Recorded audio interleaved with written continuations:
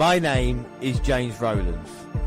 In 2015, I teamed up with my friend Dan White to create the WNR podcast.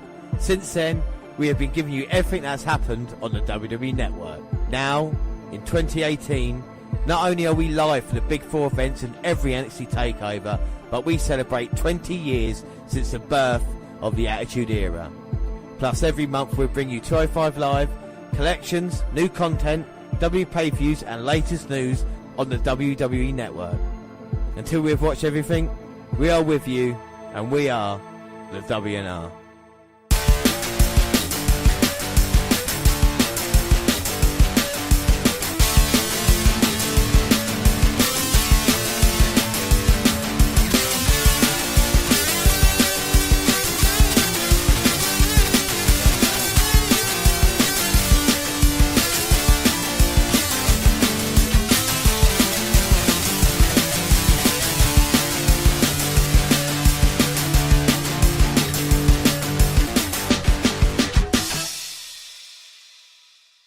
Yes, hello, I am James Rowlands, and as always, I am joined by... Dan White. And yes, it's a WNR157 today. It's a WWE Network review for May, but before we do anything, it's time for alternate intros. We're doing kids' programs, a 90s TV show, and I'm going to carry on my bad singing here today, my singing. Dan, you're going to help me out. So I'll do the bits in brackets. You do the bits in brackets. So it is Teenage Mutant Ninja Turtles, so you'll understand that. Now we're going to go to the first verse. Ready? They're the world's most fearsome fighting team. We're really hip. They're heroes in a half shell and they're green. Hey, get a grip. Yeah. When the evil Shredder attacks, these turtle boys don't cut him no slack. Yeah. Teenage Mutant Ninja Turtles. Teenage Mutant Ninja Turtles. Splinter taught them to be ninja teens. He's a radical. Leonardo leads, Donatello does machines. That's a fact, Jack. Raphael was cool but crude. Give me a break. Michelangelo is a party dude. Party! Teenage Mutant Ninja Turtles. Teenage Mutant Ninja Turtles. Teenage Mutant Ninja Turtles. Heroes in a half shell. Turtle power. I think that's the best one we've ever done. And now the proper intro. Every month, we review the latest content on the WWE Network, including collections, new programs, 205 Live, news, and NXT update. But first... So we're catching up from Mania weekend until now. So new network collections for May, and we start off with Patterson and Briscoe, the Stooges. Accomplished champions, legendary entertainers, WWE Hall of Famers. Corporate Stooges? Join Patterson and Gerald Briscoe as they host their very own WWE Network collection. You'll hear firsthand from the bickering old couple as they offer never-before-seen insights on their wildest matches and zaniest moments. Keeping the chairman, Mr. McMahon, happy can cost you, and Patterson and Briscoe often learned that the hard way. Whether it was finding themselves on the business end of beatdowns courtesy of Stone Cold Steve Austin, The Undertaker and Kane, or get mixed up in the unpredictable 24/7 hardcore championship matches, the Stooges always seem to make us laugh.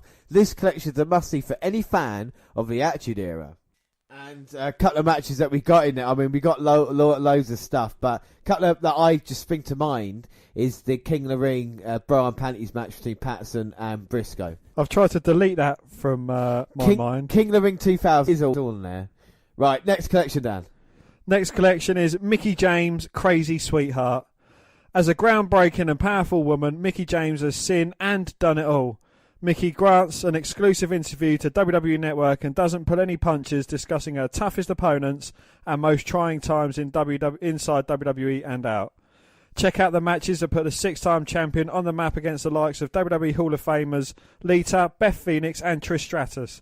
Then join Mickie helps to empower the female superstars of today, such as Becky Lynch, Alexa Bliss and the Empress of Tomorrow, Asuka. Energetic and magnetic, there's no denying Mickie James' ability to entertain the WWE Network universe. Yeah, exactly. And, you know, a couple of matches that speak to mind for me, Mickie James, calls against Trish Stratus at WrestleMania 22. Freeze a crowd. Because it sounds like a porno. It's some exciting news, though. And again, it's one of my wishes has come true. WWE Sunday Night Heat is coming to the WWE Network. The specific date for the upload is Monday, May 7th. And while we can't confirm the exact number of episodes coming right now, we can say that the show will be made available for the first episode in 1998. Sunday Night Heat began as a legitimate companion show for Raw when it launched, although it quickly began to fade in importance, especially once SmackDown came into the picture. Even though Heat lost its luster rather quickly, it did stay relevant thanks to being a de facto pre-show for pay-per-view Sundays through the Attitude Eras. This is exactly what I wanted, because the thing is as well, you got matches like Halftime Heat during the Super Bowl, and it rocking Mankind for the WWF title, the title changes hands, so you're going to see all that kind of stuff. Plus, when I was a young lad on Channel 4, when WWE had rights on it, Sunday Night Heat was on there, remember that? Yeah, I remember watching that, yeah. Yeah, and even though the show was pretty shit, it was still like, fucking hell, we're getting to watch it, free television, it was amazing. We used to have a couple of pay-per-views as well. Yeah, do you know what ruined it all? The first pay-per-view was WWE Royal Rumble 2000, and they put adverts during the pay-per-view which didn't work, and Mae Young got a "Who wants to see my puppies?" Channel 4, so the executives who spent the money on the rights, sat down and watched the pay-per-view, saw Mae Young getting the tits out, and they were like, right, we can't go forward with this. So they cancelled the contract after 2 years. Then their pay-per-views used to be on a delay, so they used to start like 1:45, and then they just have adverts in it, and they break up the action in that way. So, and that was Channel 4, and then it went to Setting the Sports. You had to pay subscription to do that, and then it went fucking somewhere else, and now of course we got the WWE Network, which you just pay $9.99 a month. Well, on to new classic content and journey back to the heart of the Attitude Era, when the first full year of Sunday Night Heat debuted in the summer of '98. Heat showcased WWE's biggest superstars like Stone Cold Steve Austin, Sable, DX, The Undertaker, and more. In his classic content collection, you'll get a small taste of a larger offering with 10 memorable episodes, including leading SummerSlam '98 and the Royal Rumble 1999. And coming in June, Dan, we've got the Money in the Bank, and we've got the Godfather. That should be interesting stuff on the way there, but collections are always good. We've got the new ones. And of course, other new content, WWE Chronicle, Nakamura, April 5th. Now, Chronicle's a new series on the network, and it's quite cool. It's a more chilled out kind of WWE 24, if you know what I mean. They're focusing on Nakamura since his Royal Rumble win up until WrestleMania, and you're trying to see more of the man. Now, what I would do in this situation, clip this up and put it onto episodes of SmackDown, or if he's on Raw, to explain more about the Nakamura character, because you know then why he's quiet and kind of, chilled out. He's in the zone, even though you see how dangerous he is, working out, surfing, all these other kind of stuff. And also the slow-mos, isn't it, of hitting people with the Kinshasas. Hitting people with Kinshasa and good vibrations as well. Oh, the Strowman and Alexa Bliss ride-along as well. Little Big Adventure. That was April 30th, 2018. That was fun because Titus World Slider on it, but it's just relationship with Strowman and Bliss, isn't it, Dan? I mean, you quite like the odd couple pairing. I do indeed, yes. Beauty and Bliss. I just like their chemistry. They showed brilliant chemistry during the Mixed Match Challenge, and they displayed it here. They're an odd couple, but I don't know. I just think they go together really well. Yeah, and I really enjoyed it as well. It's like a kind of harmless 20-minute episode, and you see, like I say, the odd couple pairing, and of course what Titus Worldwide bring. And then WWE 24, I did watch it, and I am going to tell you now what I thought of it. And I do love the WWE 24 series. It's always great. And this one was about Raw 25. We start the show. This is going to be a quicker version of what I usually do. We start the show with Jericho at the Manhattan Center, and he's on his way to the arena. We see Shane. The only problem for me for this program is that it's a shame Raw 25 was such a fucking letdown in the end, because this is quite a nice companion piece. You see a production meeting, and you actually see it. Vince McMahon's on the table, and everybody else. It's like a fucking big studio thing, and they're all taking orders from him. I would love to be in a production meeting like that, Dan, honestly. You realise just how much work goes into everything that you see on television. There's like 2 locations, of course, and this is at Manhattan Center in Brooklyn. And Letter to Raw. They're basically saying how great Raw is. It's a longer running episodic television show. All great, you know what I mean, and all love and roses and shit. Triple H, Shane McMahon are talking heads, and Shane McMahon said he was a producer when the first set Raw episode, and when it first started, he was actually calling the shots backstage. We see a few unseen clips of Raw with Vince McMahon and Macho Man that are quite funny, and also he gets compared to the Greatest Showman, which is P.T. Barnum, which is the guy that created the carnival. They say Vince McMahon did that, but it's basically Triple H who's talking. There we go, 10 minutes, and then the first real interesting bit, 10 minutes, just a quick clip of The Undertaker arriving. It's kind of like an old man there with his eyes, isn't it? He's going, this is where all it started. Of course it did. He had the very first Raw main event. So it's kind of the Undertaker side. We don't see that kind of behind the character. And now it's X-Pac with a dog. With his tongue stuck out. That's the same dog he had at the Hall of Fame. Yeah. And he took it to Raw 25. He's got broken jaw. So his mouth just hangs open. So the Undertaker and X-Pac meet, and X-Pac holds the door open for the Taker. Yeah. That's it. Just respect right there. So yeah, we see Shawn Michaels there, Scott Hall, X-Pac all coming back, the Undertaker as well, having memories of the past. And now the King and JR are there, and they realise they're faced on a chair. So yeah, JR and King are on the chair. And then we get a kind of look at how good they were as a commentary team. After that, we get Miz and his Raw mystery, like what I did there. Money in the Bank, an IC winner for the first time. And then we see women, we see Trish with the women and co getting excited for the event, Bayley. And then a clip of Jericho backstage getting ready for the event, along with Stone Cold Steve Austin. We see Finn Balor smirking. No, James, he hasn't got a cigarette in his gob, he's just got a smile on his face. X-Pac goes to the barber shop to get ready, with the dog, you know, as well. And then everybody's getting ready backstage, fans are excited. We see that the TV producers are going to go live for the show. Austin and Vince is the very first segment on Monday Night Raw. And what segment it was, Dan, you know? So Austin stunned Vince and Shane, gave him a beer bath. Probably the best bit of Raw 25, to be fair. Yeah, it was a bit of a disappointment of a show, but there was some good moments. Thank you for stunnering me. Oh, hell yeah. Look how young Showman is there. I love the backstage bits we saw them all hug. Of course, Cena and Austin looking at each other now. I think that was probably better than the Raw 25 Yeah, itself. I know. Sorry, yeah, I know. So, after that, Taker is next. And we see Cena watching backstage. Of course, those two are going to have a WrestleMania match, as we know. And then Jericho's in the next segment with Elias backstage. And Jericho said, yeah, it'd be cool if I just did a backstage thing. GPD then leaves Cena laying out in the middle of the ring, which, to be fair, I'd already forgotten about. When I saw it again, I was like, oh, Indeed, yeah, that did happen, yeah. Then Miz winning the IC title for Roman Reigns. And then after match, Miz taken to the Manhattan Center. He comes right out after he finishes the match, goes backstage and go, right, you have to come with us. He goes, where? He said, you go to the Manhattan Center, where Bray versus Matt Hardy is also happening. Oh, Miz face promo. He comes out and the Manhattan crowd absolutely loves him. And he gives a promo. Again, couldn't remember it when I first watched it, but it might have been for the crowd. You see the officials liking him and how happy he was with himself. So DX are now out in the Manhattan Center. Your ass better call somebody. Billy Gunn's still in good shape. I think we mentioned that. Ladies and gentlemen, boys and girls, children of all ages, D-Generation proudly brings to you its 4-time tag team champions of the world. Oh, sixth time.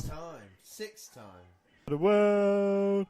All he gets flashbacks is pinning Razor Ramon, going on to fucking China, then that night, Raw 25. That's all he remembers. To be fair, I do think X-Pac is the star of this little show here. We focused on him a little bit, followed him around. I wouldn't mind a WWE Network related reality show following Sean Waltman around to see the shit he gets up to. You know, I'm just watching porn at my house with my 8 dogs. I'm watching One Night in China. Yeah. I like to relive the memories, have a sad wank. So that was Raw 25, basically. A love letter to Raw and to Raw 25, which, like we said, wasn't that great. But let's forget that because I love the behind-the-scenes look at a WWE 24. It's something that I never imagined I would get when I started becoming a wrestling fan, interested in behind the scenes. It kind of blows my mind that we see this now, you know? And I love WWE Network for that. So please, more of these programs, and a bit like Chronicle as well. I'll have more of that. I'd love seeing the behind the scenes. Yes, it was definitely a great spectacle. I think the 24 series was actually better than the Raw 25. Yeah. Because it gave you a more unique insight of it, and the Miz going, you know, from one arena to the other just to show off the title that was defended in the Manhattan Center on that same very first. It was a good, unique look back at what transpired that day. Yeah, I think without a shadow of a doubt, I'm really glad that does it. But we move on. And then something else to wrestle. Well, we noted previously that Bruce Pritchard's Something to Wrestle podcast was coming to the WWE Network in some form. Well, the title, as previously noted, is Something Else to Wrestle with Bruce Pritchard. Co-host of the Something to Wrestle podcast, Conrad Thompson, is confirmed for this programme as well. They've stated there's going to be 13 episodes as per the contract they signed, and Bruce stated in his live stream that they will talk about the success of those episodes. The show will be a video format with Bruce and Conrad both in their respective home offices. Well, Bruce noted he's unsure if actual footage of subjects discussed will be integrated, but that it will be an involving programme, and you should let WWE know on social media if you want to see that. Each episode will likely to be 60 to 90 minutes in length. The show will be uncensored and feature the same adult language and lewd phrases like cunt that their regular show has. Neither Conrad nor employees, but both did sign a unique contract which favours them keeping the show similar in format and style to their main podcast. Some topics will be deeper dives into subjects already covered, such as the $1 Million Man character, while others will be brand new. The first episode will be a completely new subject that hasn't had an episode dedicated to it. Well, on the inaugural episode of WWE Network's Something Else to Wrestle with Bruce Pritchard, long-time producer Bruce Pritchard weighed in on WWE Hall of Famer Shawn around WrestleMania 14. Of course, if you want to listen to a proper podcast doing it, go back and listen to the WNR's watching WrestleMania 14. But hey, Pritchard talked about whether people believe Michaels' back injury was real, how difficult Michaels was to work with at the time, whether The Undertaker really tried to intimidate Michaels into doing business the right way, Michaels storming the post-WrestleMania press conference, and the relationship between Michaels and WWE Chairman Vince McMahon. Apparently, there were more sceptics about Michaels' career-threatening back injury than believers behind the scenes. There were definitely grumblings, and I would venture to say that there were far more sceptics than there were sympathetic ears at this point, because of the timing and the fact that a year before his knee was injured, and we're talking about dropping while talking about dropping a title due to a knee injury, he brings up losing his smile. Pritchard continued. So I guess it was a subject at best, as my old friend Jay. I guess it was suspect at best, as my friend JR would say. People doubted it. People didn't know if it was legitimate, which, by the way, it was a legitimate injury, and it was a very bad injury. The time of it, though, didn't help. And it certainly didn't help that Shawn being Shawn wasn't talking to a lot of people, and I think he didn't allow anyone to feel sorry for him, really. During the show, Pritchard rated Michaels a 9.5 out of 10 in terms of being difficult to work with at the time of WrestleMania 14. That's basically what you are to me, James. You know, you're about a 9.5 out of 10 in difficulty. Pritchard mentioned that HBK made many demands around WrestleMania 14. Steve Austin was so red hot as a babyface that Shawn wanted protection 24/7, and he got it, and we got it for him. We had the police escort him everywhere that he wanted to, leading to WrestleMania and all the way to WrestleMania and after. So that's a reality, and that's something we did do. Also during the podcast, Pritchard confirmed that The Undertaker wrapped his fist during Michael's entrance to intimidate the click magnate. Yeah, Shawn felt like he should have been at the press conference, he should have been there, and everybody should be talking about him instead of talking about Steve and Tyson, which is not the case. If you go back to things we've done in the past, it was all about Shawn. Nobody else was there, and I think it was just a case of Shawn feeling sorry for himself at that point. I want to be the centre of attention, and he says, hey, you know, don't forget about me. I like how I'm only getting like 5 lines, and you get like a whole 10 paragraphs. Know, it's yeah. quite fun, isn't it? No, I'm all right. With respect to the relationship between McMichaels... See, I can't even do my fucking 3 lines. With respect to the relationship between McMahon and Michaels, Pritchard claimed that McMahon looked at Michaels as a son and loved him. Pritchard went on to note that McMahon would never forget that Michaels had a hand in a Montreal screwjob. Yeah, Vince has a special place in his heart for Shawn. He does appreciate everything that Shawn did for the company, Pritchard added. I think Vince looked at Shawn, the kind of father-son, and he loved him.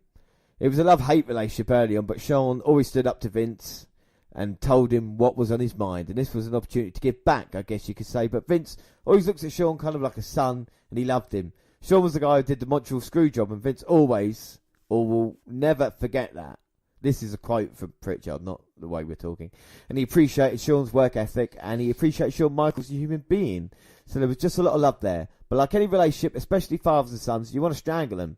But for the most part, there was a lot of respect and a lot of love there. WWE Music Power 10 2018, March 2018, and WWE Ride Along The Not Booty Bon Voyage. Power 10 was basically featuring the WrestleMania entrances and stuff.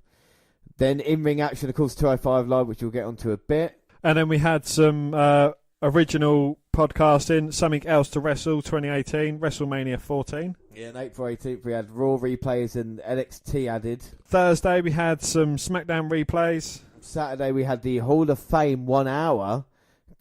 How did they manage to fit a 4.5 hour ceremony? Is that just Hillbilly Jim's speech? Yeah, I think it is, yeah, my word. It's a shame. I've read some comments from Goldberg a couple of weeks ago about his Hall of Fame, and he said he was pretty upset. It's kind of bittersweet moment at the Hall of Fame. I think you should have another chance to say goodbye. Not necessarily a match, but something a little bit better than it was. In ring, we had W Main Event replays, and of course that was the 5th of April one. And this week in WWE 2018, episode 482 from Stamford, Connecticut.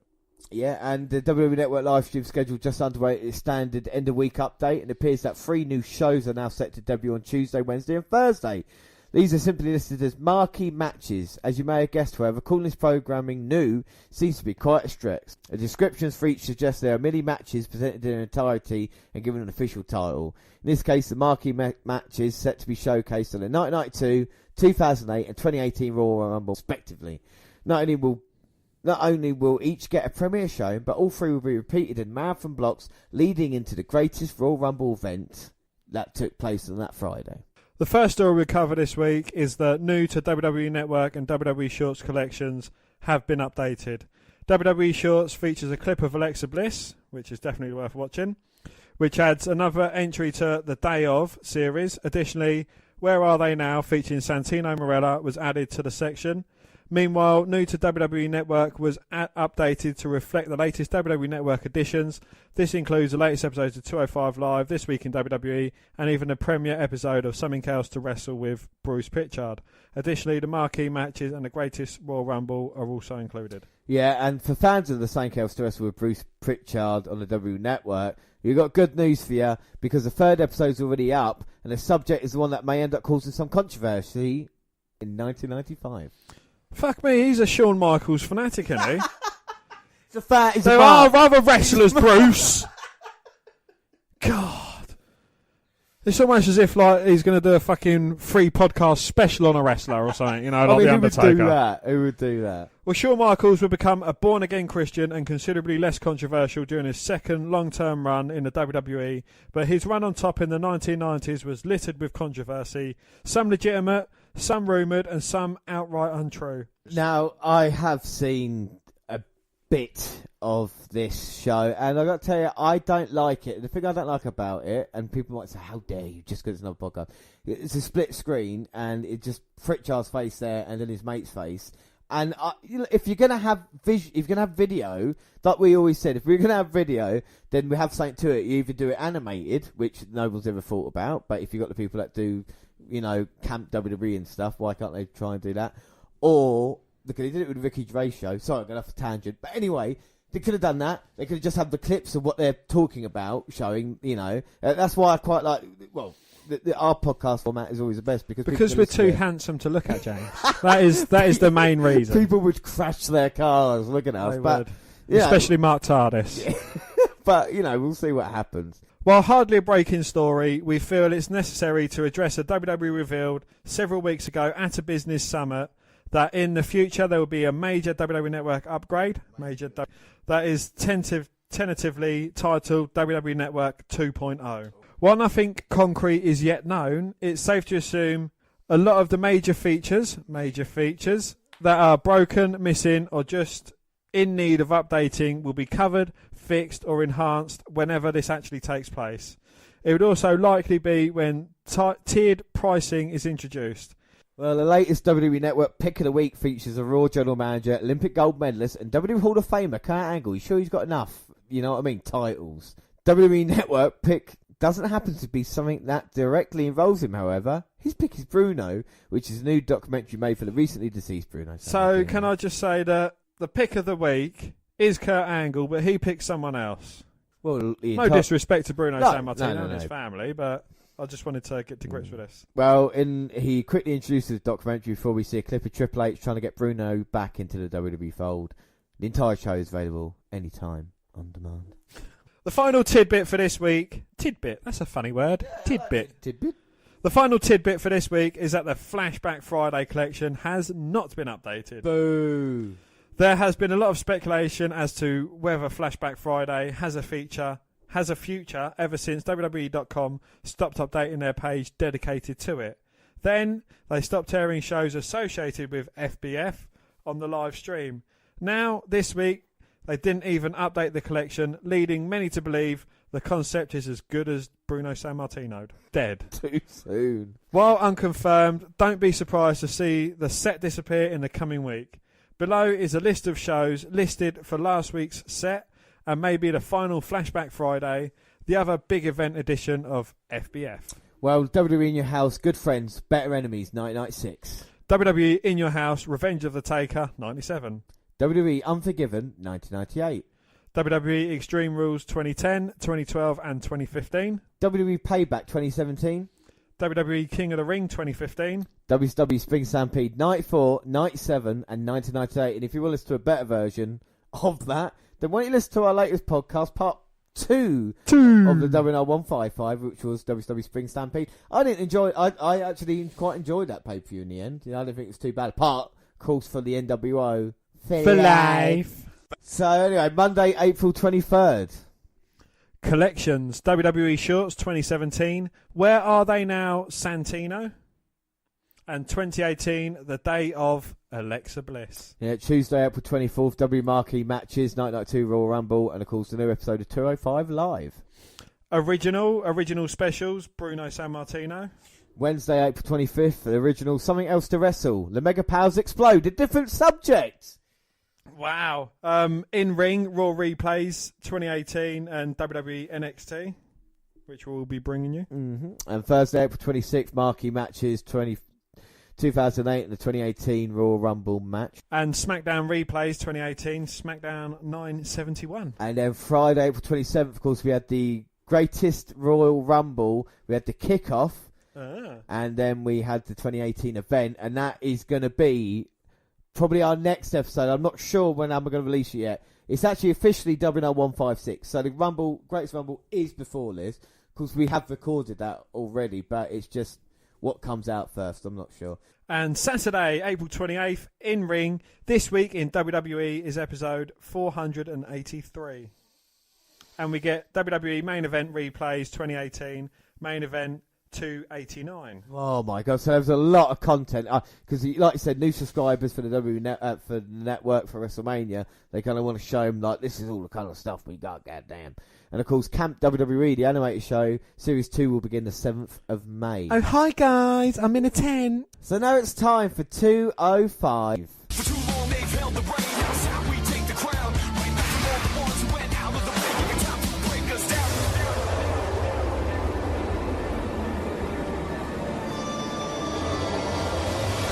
Cause I can turn and run. There's more that I can do. This is war. Now this is war. Cause as long as we still got a reason to hold on with. I'm gonna stop believing. War, pain, joy, bring the fight right back to you. This is war. This is war. And it's episode 73, April 17th. And Buddy Murphy wants the belt. Voiceover guy recaps the month-long Itami Tozawa versus Lucha House Party feud, which gives us tonight's featured match, and then it's Hail the Crown. Well, Vic Joseph and Percy Watson send congratulations to new father Nigel McGuinness. Then they tease repercussions for Buddy Murphy after a sneak attack on the champ last Tuesday. Then we have Mustafa Ali defeating Arya Davari via pinfall following the 054, the inverted 450. Ali is wearing his WrestleMania Sub-Zero Blue Lantern gear. Davari gets an interview backstage with Dasha Fuentes before his entrance. Davari says Mustafa has his chance and failed, then pathetically asks for another shot from Cedric last week. Tonight, he shows Ali where he belongs, and that's at the back of the line. Davari charges at the bell and stomps Ali down in the corner. The Chicagoan fights back, but the tone is set for another inspired comeback for Mustafa. Ali leaps over and shoves Arya into the corner to start a comeback, but ends up rebounding into a super kick for yet another near fall. He taunts Mustafa, screaming, "You blew it at WrestleMania," in his face, which seems to motivate Ali, but only results in another setback when he charges into a spinebuster on the floor by Davari. A follow-up frog splash gets another 2 count. 2. But Mustafa kicks out. After a desperation roll-up out of the hammerlock DDT, Arya turns Ali inside out with a lariat for another pin that comes this close to ending it. And you can see how close my fingers are That together. is so close. Daivari goes up top to try a belly-to-back suplex, but Mustafa flips free, lands on his feet, and charges to hit his finisher. Ali celebrates with the fans while Daivari seethes. Then we get a replay of last week's show-closing angle with Mustafa, Cedric, Drake Maverick, and Buddy Murphy. Alexander's tweet vowing to send the Aussie to the Alexander Chiropractic Institute.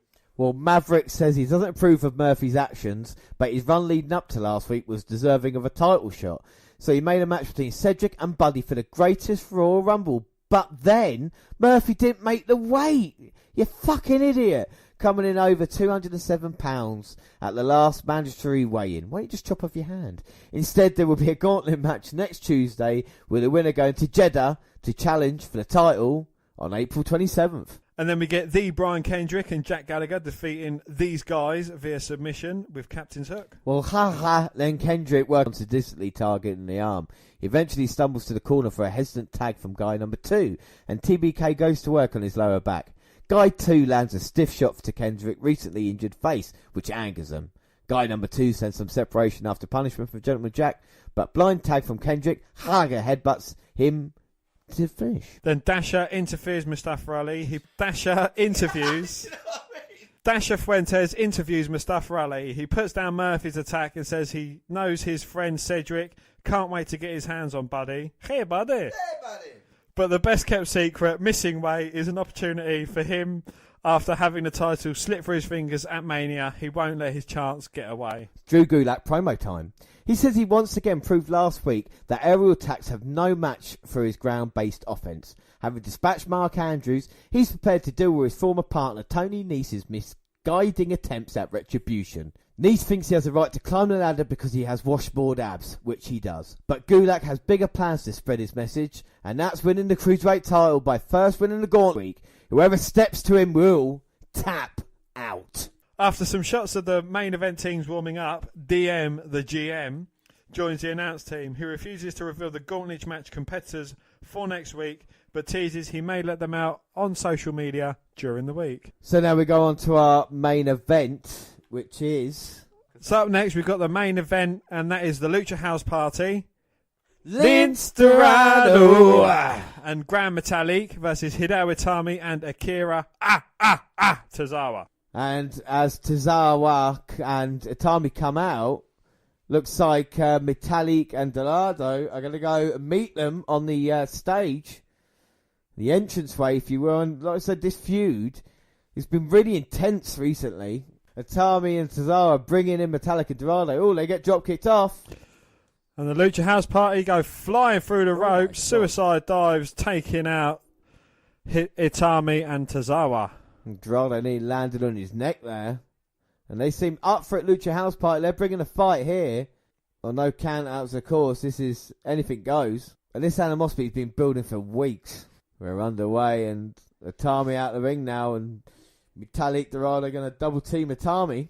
Oh, great tag team moves. We've got a helicopter going on there as he gets slammed onto Itami's face. Tozawa in to break up the count. And now Metalik stopping Tozawa, shoving him back in the corner. Him and Dorado going to team up on him. I know they've got a couple of masks teaming up, but having a couple of Asians teaming up together as well, do you not think that's a bit racist? Yeah, I do. I do, because it's like, well, they must know each other. Because otherwise, why else would you put them together? You put two white guys, you'd be like, why are they a tag team? It doesn't make any sense.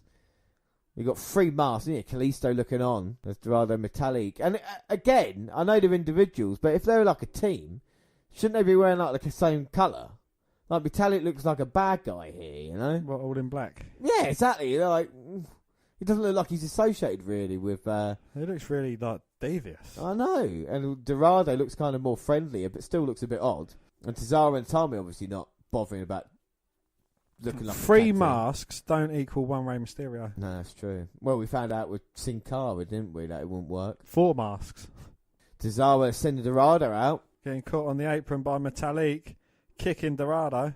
Itami off the apron. Oh, what a knee that was. Oh. Tozawa going flying, handspring back elbow there on the outside. taking down both members of the LHP. Now Tozawa, trying to get the crowd into it. What's he doing, James? He's ah. And now Tozawa and Itami, seeing he's got better kicks in the corner. I think it's Itami there. So who are the heels and who are the faces? Because Itami's a heel. Tozawa, I thought he was a face. Lucha House Party are faces. Maybe Itami and Tozawa maybe be heels a little bit. We be heels. But again, there's no... Oh, what? Because they're evil Asians? Not because of that. Just because... I don't know. I don't make the fucking matches, do I? I don't know why they're doing this. Well, sorry, James Maverick. No, Jesus Christ, son. So what would you do then to liven up 205 Live? This is the main event. What would you do if you introduce Cruiserweight tag team division? What would you do? What would you make tag it team division? Yeah, it seems I'd have a tournament as well. And what teams would you have? We've got enough time in this match. What teams? It's hard, is it? I'd have a potluck drawing of the teams. So I'd have every Cruiserweight's name into a bowl. Yeah. And pull out, two of them, right, they're teaming together, and they'll be going against another two, and whoever it is, like that. So you could have faces with faces, heels with faces, heels with faces, faces with heels. Exactly. I see. Yeah, I mean, I don't know what Sin Cara's doing, but you would maybe bring back Lucha. Oh, we've had a tap out. No, we haven't. We have Lucha Dragons were around, weren't they? Their tag team. Maybe the Young Bucks, but you don't want to get tired of the kind of cruiserweight tag. Well, double submission there for who was it? Well, Itami had Dorado, and Metalik had Tozawa, and then Metalik dropped Tozawa onto Itami, who then broke the hold on Dorado. So that was clever of them, and now Itami trying to rip the mask off Dorado. And Tozawa, like he said, looking the other way. But is he happy with the actions of Itami? As soon as a beat down onto from Dorado onto Itami, then Tozawa gets involved and kind of breaks it up. Right, now he's looking to make a tag, but this ain't a tag team match. Oh, small package though. 1, 2. But Itami there to break it up. And that's the advantage, you don't have to leave the ring. They've taken out Metalik. You see the mask getting ripped. You can see part of Dorado's face. So what would you do to liven up the main event scene then, Jimbo? I would, if not have a tag team division, have a 6-man tag team championship. And then you could have like Lucha House Party and other cruiserweight teams. Like you said, 3 men who could team up to see if they were the best. Then you could come up with a cruiserweight version of the Shield or whatever you wanted to. Do you know what I mean? Have these different trios and go for titles like that. I think that'd be cool. We've not seen a 6-man tag team championship. You saying having a cruiserweight version of the Shield? I envisage 3 midgets coming out coming through the crowd, but you can't see them until they hop over the barricade. They like to be called little people. Little midgets. Don't be smallest. They're smallest. And Itami again looking to rip the mask off of Lince Dorado. Irish Rip attempt by both guys, and Metalik springboarding off the top rope, double dropkick taking out Itami and Tozawa. But Itami cuts off Metalik. Oh, but a springboard looking for a back elbow, but Itami ducks out the way but gets caught with a backbreaker, and one for Tozawa as well. He picks up Dorado. Oh, lovely. Sends him flying, taking out both Itami and Tozawa, and they were going to look for springboard moonsaults. Lovely. Wow. Dual springboard moonsaults. That was perfect. And I think they're all trying to impress Drake Maverick into getting involved in this gauntlet match. I think they're all trying to impress Drake Maverick as well, DM the GM, to get involved in this gauntlet match. Yeah, I think most definitely it's a huge opportunity now. Buddy Murphy's kind of fallen out, missing weight as he has. We'll find out next week who gets to challenge Cedric Alexander at the Greatest Royal Rumble. With a Cruiserweight title, it is the greatest prize on 205 Live. It's what it's all about, even in tag team action. Like I said, they're trying to look towards singles. And who's been impressed with you most in this match? If you were looking at the moment, who would you say? Hideo Itami. I think Itami's really cool in this match so far. Maybe not as much now as he gets his head slammed into the announce table. Itami might be knocked out. Irish Whip reversal, though, sends Metalik Dorado over the stairs. And he did a Mick Foley bump. Metallic takes out Itami. Oh, sends him crashing onto the announce table. Oh my God, Tozawa there screaming. Okay, I changed my pick to Zawa. Yeah, Tozawa looks great after that. And the fans certainly getting, well, some of the fans certainly getting behind him. All 4 of them. And now, what the hell is Tozawa doing? He's going all the way to the top. Well, he definitely wants to impress Drake Maverick. Metallic's across the announce table. Looks like Tozawa's going to get him. No. But Dorado's trying to climb up the outside as well to try and save his friend. Oh. Crutches Tozawa on the top rope. And now Itami up in the apron. We're going to have 3 men in no man's land. But Dorado fighting both men off. Slams Itami into the top turnbuckle. But now Tozawa's back and fighting back. Tozawa's up and fighting back. And now Metallic up on the apron. Oh, step up in Seguri, nearly knocking Itami out. And where the hell is Metallic going? He's on the ring post. Oh, sunset flip, power bombs both Itami and Tozawa, but that causes Metallic to go flying over, or Dorado to go flying over, or one of them. Fucking masked twats. You don't like masked wrestlers. You got to tick about that, haven't you? Well, all 4 men down. That was a very impressive move there by Metallic, even though he did sacrifice his tag team partner to take Itami. And now look at this brawl between Tozawa and Dorado. Tozawa winning it. Loads of forearms. Spinning back kick, missed with the second one. Tried a German suplex. Dorado rolled towards the ropes. Oh, standing switch. Frankenstein goes for cover. 1, 2. Oh, but Tozawa managing to kick out. Was that like a trouble in paradise? It was. It knocked out Dorado. He might be in trouble now. Tozawa goes up top looking for his senton. Yep, to finish this off and win it. Team Japan. Oh! Hits it. Goes for the cover. 1, 2. Oh, but Metallic with a double foot stomp onto Tozawa. Breaking up the count. And now Metallic saying this is over. Metallic driver. No, Tozawa managed to roll out of it. And Spring. Oh, gets caught with a dropkick in the back. Hideo Itami loading him up. Yeah, he might be trying that instead of the GTS, but it still doesn't look great, does it? So kicks him down, goes for the cover. Dorado managing to stop it. Double stunner by Graham Lynch. Fucking masked cunt! Tozawa and Itami have got Dorado who's in trouble, and they're shouting at him, and they're going to throw him towards the ropes. Oh no! Catches them both with a double stunner. Goes for a cover on both of them, but both men kick out. Now Dorado may be sensing the end. Forearms to Dorado. Dorado's still got fight. Itami's made it personal, trying to get the mask off the heritage of a wrestler, but back elbow will probably stop him. And now a chop down in the corner. Itami ready for the stomp. Both feet into Itami's head. Takes out Dorado, but Metallic in rolls out Itami, but Itami kicks out. Now looking for the Metallic driver, but Itami with a backslide. And Tozawa there looking on, going to go for the kick. Oh, but Tozawa accidentally, inadvertently hits Itami. And now Tozawa going to go after Metallic. Gets kicked by Dorado. Now both men looking to go flying. And this could be bad. What are they going to try? Oh, that was nice. Well, that looked nice. 3.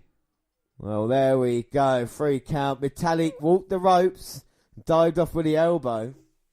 And Dorado hit the shooting star press. And now Kalisto coming out here to celebrate with Metallic and Dorado. That was fucking hard.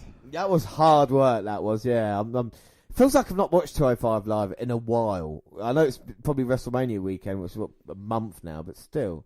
It was full of action. It was certainly something different for 205 Live. We've not seen like a tornado tag match on 205 Live, I don't think. You know, and the ending was quite controversial as well, with Tozawa inadvertently taking out Itami. So it's going to be interesting to see where that goes. But yeah, you know, all in all, it wasn't a terrible match. It was a bit of a slow burner to start with, but it picked. Yeah, So I was quite happy with it. It felt a bit of filler episode, and I don't know if the Murphy storyline is saving him for a later date. But Lucha House Party win here tonight, and we'll move on to the next episode. So it's 205 Live, episode 74, April 24th. Drake Maverick welcomes us to the show, and he's ready to reveal all 5 competitors in tonight's number 1 contender gauntlet match. Nigel McGuinness is back. And how are you doing, Nigel? Well, James, I'm great. I found out that the father of my kid is actually Dan White, and the baby looks more handsome than he should. Well, he explains that you explained to me as well that a lottery was held backstage earlier to determine the order of entrance in the gauntlet match. Vic Joseph and Percy Jackson / Watson remind us that we're having this match because Buddy Murphy didn't make his weight last week. When does the gauntlet start then? Now! Well, Mustafa Ali defeated TJP via pinfall following the 054 or reverse 450 to advance. The inverted 450. The reverse 450 to advance to the gauntlet. Even going early, but TJ dabs at Ali in between some grappling. Mustafa answers with an arm drag takedown, but a big shoulder block and inside cradle gets 2 for Perkins. Ali puts TJP on the floor with drop kick and a spin kick, but TJ uses the ropes to take control, kicking Mustafa to the floor before we go to a split screen. Yeah, Cedric Alexander is interviewed by Dasher Fuentes. Cedric Alexander is interviewed by Dasher Fuentes mid-match and says that Murphy's loss is a big opportunity for the rest of the roster, but it's the age of he'll be ready in Jeddah for whoever emerges as number 1 contender. Back to the action, and a battle atop the turnbuckles brings both men down to the ground, where Perkins hits a drop kick to Ali's knee, then locks in the knee bar. Mustafa struggles to reach the ropes, finally making it. He gets some separation and stands to land a tornado DDT and climb for his finisher, but he's hurting. Drew Gulak defeated Mustafa Ali via referee stoppage when Ali can't respond to him while in the Gulak. Gulak advances. Gulak smiles and mocks Ali about his wounded knee. Drew grabs him and throws him against the rope so his knee bounces off the top rope. Mustafa tries for some quick roll-ups, but he can't get more than a 2. A big lariat from Gulak allows him to get a near fall and go back to work on the knee. Amidst lots of split-screen house ads for Greatest Royal Rumble, Ali manages to make to the ropes during a half Boston Crab and few variants of the same. Well, Drew puts Ali on the top turnbuckle, taunting him about his love of high flying, while he works the knee in the ropes. He fights him off and sends him to the floor, following with a crossbody which seems to hurt him as much as it does Gulak. Back in, Drew hits a chop block, but Ali manages to hit a tornado DDT out of nowhere. Nothing happens out of nowhere apart from an RKO. Gulak recovers while Mustafa slowly tries to get to the top for the 054. Inverted 450. He sends him crashing into the steps, which leaves him woozy for the finish. Then we have Drew Gulak defeating Tony Nese via submission with the Gulak. Drew advances. Well, Nese controlled the match, even hit his running knees finisher, but then decided to pull Gulak back in the corner to punish him by hitting it again. Drew dodged, then played possum. Hello, possum! So he could grab his former tag team partner to lock in his signature submission. And then up next, Kalisto's come out, and he's going to fight Drew Gulak to see who is going to become the number 1 contender. Kalisto attacks early on while Drew tries to stall, rolling out to recover. Once he comes in, Kalisto drop kicks him back to the floor and follows, nailing him with a barrage of strikes. The former champ tries to follow with a suicide dive, which Gulak dodges, leaving Kalisto to hit nothing but the barricade. Split screen for Dasher to ask Nese how he rebounds from this loss. He just seethes and walks off without saying anything. So now we're going to watch the end of this. So back now to the action. And Gulak is working over this Lucha House Party leader. And ripping at the mask, sending Kalisto to the apron. Drew Gulak has been through 2 men already tonight. Bloody kinky bastard. Well, no, seriously, like, opportunity of a lifetime for Gulak. I mean, it would tell a good story if he was there to face Alexander as well, because I think Gulak's been impressed with me, this kind of serious side to him, even though I do love the PowerPoint. Who do you think, who would you want to see win this one? Gulak win. And he's punching away at Kalisto's head, as Kalisto is struggling to find his feet in this match. Look at Gulak the way going for a cover, Sorry. but Kalisto managing to kick out. And look at the way Gulak moves. Transitions from move to move. You never see him not doing anything in the ring. Now he's got the... Would you say he doesn't have a wasted motion? He doesn't have... That's an excellent player. He's motion there. So it's Salida Del Sol against the Drew Lock, or the Gulak. Gulak. Oh, my word. And Hara Kalisto there. No, it doesn't work. Hurricane by Kalisto sending Gulak into the corner. Kalisto comes charging in. Gulak sidesteps. Kalisto stops short, but manages to kick Gulak in the face, who then hangs him up over the top rope, stomach first. And that was some spring by Kalisto. And Gulak now thinking he can hit his dragon, going for the Gulak. He's going for the Gulak. Can he get it in? I don't think he can get it in. He got it into the other two men tonight. Kalisto trying to spin his legs around. Gulak can't quite get the grapevine on though. Kalisto's dodging it thus far. Gulak goes up for another attempt.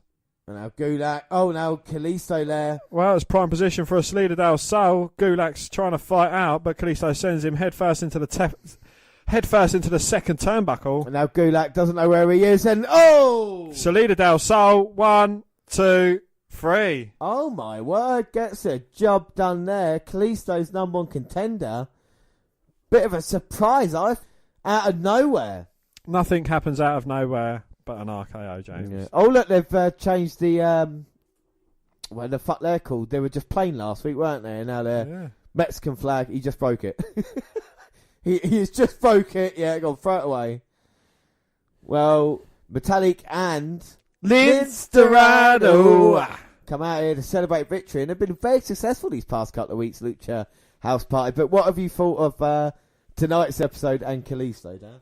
I thought it was quite an enjoyable episode. You know, it was all about the gauntlet match for a #1 contender. They should do this every week. Yes, yeah, exactly. We talk about ways to fix it. You talk about how strong Gulak looks. Oh, hang on though. Oh my word! Cedric Alexander's music hits. He walks out, title atop his shoulder.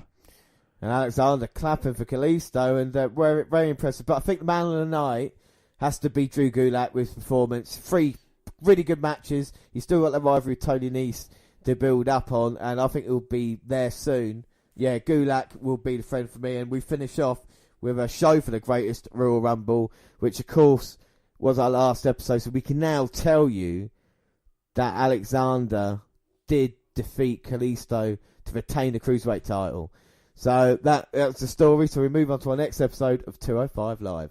So it is 205 Live, episode 75, and it is the 1st of May. Happy birthday, Mason. It's my little brother's birthday, May the 1st. Yeah, do you know something else? Not saying it's not more important, because of course, happy birthday. But as we're recording this 3rd of May, tomorrow, May the 4th, Star Wars Day. No, that's not an important thing. Our very first podcast in 2015 was released May 4th. So technically, that's the podcast's birthday. Happy birthday. Tomorrow. Yeah, happy birthday to the And also, May the 1st is exactly 1 year since I got smoking weed. Oh, there we go. So we've got 2. So you overcome your debilitating drug problem, and the WNR podcast has turned only 3, but it feels longer. WNR podcast 3 years old, eh? So how do we start? We get a quick recap of Buddy Murphy failing to make weight, Drake's gauntlet match to determine the #1 contender, and Cedric Alexander's successful or unsuccessful title defence against Kalisto in Saudi Arabia, depending on whether you watched it or not. The target on the champion's back is only going to get bigger. Well, after the opening, Vic Joseph, Nigel McGuinness, and Percy Watts welcomes us to Montreal. They inform us Murphy is waiting at 205 and will return, and that Drew Gulak has requested and been given a rematch against Kalisto tonight. But we go into our first match, and it is the Brian Kendrick and Gentleman Jack Gallagher against Akira Tozawa and Hideo Itami. Yeah, and I mean, these two men in the ring right now, we see Itami and Kendrick. Yes, the match has started. Been going on for a couple of minutes. Not really much in the early going. So what does that make Akira Tozawa and Hideo Itami in this match then? Because Kendrick, or Mini McIntyre, as I like to call him, and Jack Gallagher are definitely heels. Yes. So is it the Akira Tozawa side of the team shining through tonight? Yeah. Maybe they're just tweeners, you know, they go in between, they're not like they're not heels, I'm not sure. But anyway, this kind of feud does make sense, this match makes sense, because of course Hideo Itami busted Brian Kendrick's nose with a GTS on Raw many months. How long ago was that? Didn't he break his cheekbone? Yeah, it's a long time ago though, wasn't it? This match makes sense, and it now looks like Ha and Kendrick taking over. They got Tozawa, the face of the team, beating them down, sending them into barricade. But yeah, I mean, this is 27th of December, so this is just before, obviously, 2018, and Brian Kendrick broke his nose and orbital bone. So you think how painful that must have been. But now he's back. He doesn't look too bad, to be fair. Yes, and Tozawa is certainly in the wrong part of town as he's getting worked over by Kendrick and Gallagher. He's looking for the hot tag to Itami. He's getting out of submission now. Here comes Itami, hot tag. Oh, and he comes in on fire, baby. He's on fire, baby. With the kicks to Kendrick, looking to break some more bones. And he screams at Kendrick. Kendrick must have faith in Itami because it was, like we say, a major injury. Major injury. Oh, and Itami sends Kaha off the apron. Foot up to the charging in Kendrick.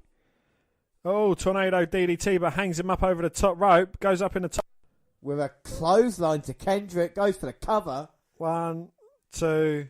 Oh, but Kendrick managing to kick out. And now Itami trying to get to the crowd, but as you pointed out, Dan, he's neither face or heel, so why should the fans care about where he's going? But he does slap Kendrick down in the corner. And this is an impressive move for Itami. Comes flying in with a double foot stomp. He's a real innovator, you know, with offense, his GTS and all the other kicks and stuff he does. He just never really worked in WWE, but he's going for the kick now on Kendrick. No, but Kendrick manages to get out of it. Blind tag by Tozawa after Itami kicks Gallagher after Itami kicks Kendrick out the ring. Oh, suicide dive taking out both men. Well, Itami's still a bit confused about what happened there, but Tozawa throws Kendrick back in. Oh, Tozawa comes flying in. Wow. He's got his submission locked in, all his weight on Kendrick while he's got the armbar locked in. Wrapped around his body, but Gentleman Jack in to stop the submission and take out Itami. Good tag team there by Jack. Gets a legal tag now, looking to end it. Oh. Sets Itami up. Sets Tozawa up for a powerbomb, but Tozawa slaps Kendrick off the top rope. Hurricane to Jack, and then that trouble in Tokyo. But Tozawa going to the top now. Looking for that senton. Oh, but Itami inadvertently bounces against the ropes, crutching Tozawa on the top, who then gets taken up by the Brian Kendrick. Jack Gallagher with a headbutt to the chest. It's been a while since we saw that. 1, 2, 3. And a victory for Jack and Brian. I gotta say, I do hate the tights of Gentleman Jack, but I do like the victory. And him and Kendrick do get some redemption over it. I mean, what did you think of that? Yeah, again, you know, another bit of accidental confusion between these two guys, Tozawa and Itami. Are things going to reach a boiling point very soon? Well, this is the question, isn't it? And it's one of those stories and rivalries that if they start on 205 Live, it might be interesting to watch it, you know, with Tozawa and Itami. They're obviously being so evenly matched and whatnot. Yeah, well, after the pin, Hideo shoved Tozawa down and walked off alone, leaving the former champ alone and confused in the ring. Well, recap of Murphy attacking Cedric during his post-Mania Championship celebration. Our man, Buddy Murphy. And then Gulak gets a locker room promo, running down Kalisto for beating him with flippy stuff last week and vowing to make him tap tonight. Well, we get Buddy Murphy weigh-in. Maverick offers his hand to welcome him back, but Murphy refuses it and demands his title shot before walking off. And we get Buddy Murphy going against local competitor. Just nice to see Buddy Murphy here in action, defeating Larry Louie via referee stoppage. Looked like Murphy was doing a heel foregoes a cover to inflict more punishment after a couple of powerbombs, but the official did raise his hand. Yes, and then we get Alexander showing up as Murphy heads to the ramp. Buddy gestures for him to bring it, and the champ charges, and they brawl to the back. Yeah, so What's that? So quite exciting there, Murphy and Alexander. But the up next, Dasher Fuentes catches up with Alexander backstage. He points out that unlike Murphy, he didn't attack from behind. If Buddy wants a match, he knows where to find him. We learn Gallagher and Kendrick will face Lince Dorado and Gran Metalik next week. Then there's a locker room promo from Lucha House Party. Kalisto said it was an honour to face the champ in Saudi Arabia. That didn't go the way he wanted, but he's ready to deal with Gulak tonight. Well, during the main event, we're also told Murphy will face Mustafa Ali next week. And then in our main event, it is Kalisto versus Drew Gulak. So let's watch the closing segments here of this really good match. And Kalisto, we saw the replay at the end on the apron, springboards in, drop kick down to Gulak. The other side tries the dive over the top. He hits it. A couple of beautiful moves by Kalisto in this match. High fly moves. You know how much Gulak hates that. But once the Gulak is in, that's all she wrote, really. And payback for the defeat last week from Gulak. He looks strong. Maybe a rubber match coming up between the two men. Yes, indeed. And we saw Kalisto show great fire after Gulak almost unmasked him. But the end was clean as a sheet. Well, not your sheets, you chronic masturbator. I wank a lot. I'm not going to lie to anybody here. I do wank a lot. So, yes, but we move after... So what do you think of 205 Live this month, or the last 3 episodes? It has been interesting. They're kind of moving on from the tournament side.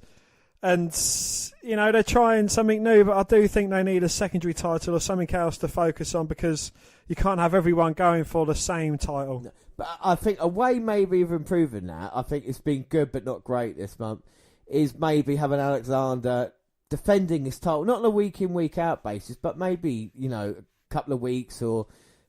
So instead of a pay-per-view just defence, he's doing it. So then there's more excitement, and people think, "Oh shit, maybe," and then you can have more people have an opportunity. Well, yeah, because we don't see much of Alexander. Exactly, yeah. We saw him brawling a little bit, but no real matches, and that's where he really shines, isn't it, in the ring? So, indeed. But anyway, we move on to news. And WWE obtains restraining order against fan who smeared feces on training facility. I'm sorry, really? We only have the best news here.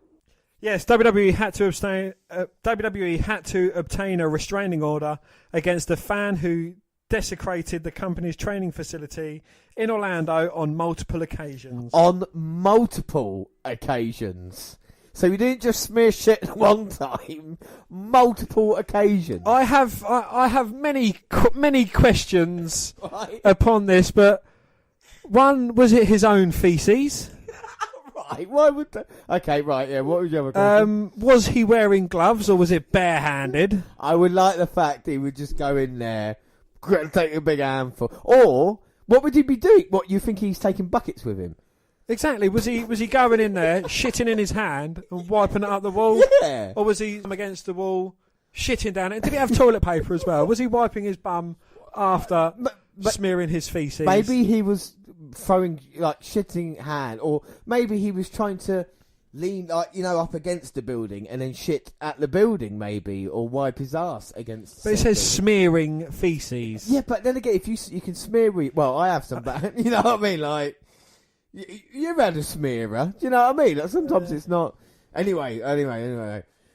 Well, per court documents obtained by TMZ Sports, Armando Alejandro Montalvo smeared his own feces all over the W Performance Center in 2015. Look, if you throw enough shit at the wall, something's going to stick. And that is where they created Roman Reigns. Believe that. Well, Montalvo showed up at WWE event in Florida last month and was harassing company employees. His hands are covered in shit. Shake my hand. He recently posted a message on Instagram, cryptically threatening WWE wrestlers and staff, leading the company to get an immediate restraining order to prevent him from causing any further problems. Very interesting story to start, but now some serious news. And this was a huge news just after WrestleMania. We haven't yet spoken about, but we're going to delve right into the subject now. John Cena and Nikki Bella break up after a 6-year relationship, and they end their engagement. Oh, no. Well, I can't believe it, but WWE star John Cena and former Divas champion Nikki Bella have broken off their engagement and separated after 6 years together, which is basically what you said. While this decision was a difficult one, we continue to have a great deal of love and respect for one another, they said in a statement to us. We ask that you respect our privacy during this time in our lives. Well, Cena proposed to Bella at WrestleMania 33. They teamed up to beat The Miz and Maurice, capping off a storyline in which The Miz had questioned Cena's long-term commitment to Bella. Well, in a trailer for the newest season of reality show Total Bella's released in January, Cena and Bella's relationship was used as a cliffhanger, with Bella seemingly alluding to their engagement when she asked Cena, "So you really want to call this off?" Cena addressed the comment in a February interview on NBC's Today Show. The 16-time world champion acknowledged he and Bella had experience and downs like any other couple, but they were going to move forward and try to work through it. Try and move forward and try over it. That's what I do to a kebab, not a relationship. Right, okay. Let's try and work through this. Well, Cena also spoke about his engagement with Bella last month during his appearance on The Tonight Show. Cena said that he ain't scheduled a wedding date yet and that he's on standby and would be prepared whenever he and Bella decided to have the ceremony. Do we care? Do we fuck? That's a sad story for Cena, but something to cheer John Cena up, right? Because Cena's increasingly spending his time away from the ring and in Hollywood, where his budding acting career continues to flourish. Last year, Cena voiced the title character in the Oscar-nominated animated feature film Ferdinand, and he has a leading role in Blockers, the comedy film that comes out last weekend, and the upcoming Transformers movie. That's a huge step up for the bit roles he was playing previously. And Cena also hosted countless award shows, starred in 2 seasons of Fox's American Grit competition show, and even the voice of the nut-loving elephant in commercials for Wonderful Pistachios. That sort of work appears to be laying the foundation for a successful second act in Hollywood, and any talk of Cena's move to the big screen naturally requires a mention of Dwayne "The Rock" Johnson. The former WWE superstar is arguably now the world's biggest movie star, clearing $65 million last year, and has laid out the roadmap for a pro wrestler's jump to the mainstream. With success in his early roles, a larger-than-life physique, and apparently unending supply of time at his command, Cena appears to be well on the way. Forbes estimated that last year Cena made $10 million, the most of any WWE superstar. So yes, his relationship with Nikki Bella's come to an end, but he did make $10 million last year, so not too bad. Well, Cena's earnings are up $2 million over the previous year. Part of that increase has to do with a busier wrestling schedule. He nearly doubled the number of events that he worked in an injury play 2016. Isn't that crazy? Cena worked twice as many dates in 2017 as he did 2016. But he didn't do anything in 2017, really, did he? No. We figured that more than $2 million of Cena's pay came from outside WWE. Still, fucking $8 million from WWE. That income is more than enough to retake the throne from Brock Lesnar, who falls to number two. With $6.5 million in earnings. Lesnar's one atop the earnings list was thanks largely to his brief return to the UFC in 2016. The Beast Incarnate took on Mark Hunt at UFC 200 in July 2016, earning a then record $2.5 million purse and clearing some $6 million altogether on his return to the octagon. The real fighting didn't last long, however, after a failed drug test and subsequent suspension. But Lesnar's second UFC retirement allowed him to work a busier WWE schedule in 2017 than he had in years, though by our count it still just amounted to 35 events worked during the calendar year. Well, Roman Reigns rounds out the top 3 with $4.3 million in earnings. Though Reigns is maybe WWE's most diverse performer, his star power is undeniable. Reigns has been featured in the main event of the last 4 WrestleManias, and he moves merchandise more than anyone but Cena.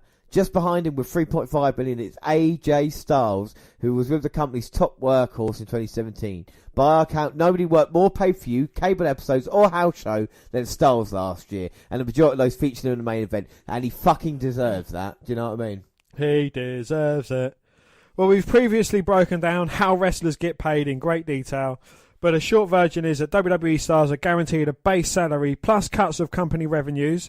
Wrestlers receive a portion of their merchandise sales, typically 25% of licensing and 5% of direct sale profits, as well as a share of revenues from events they work. Those payouts can vary quite a bit depending on the type of event and even the specific match on the card.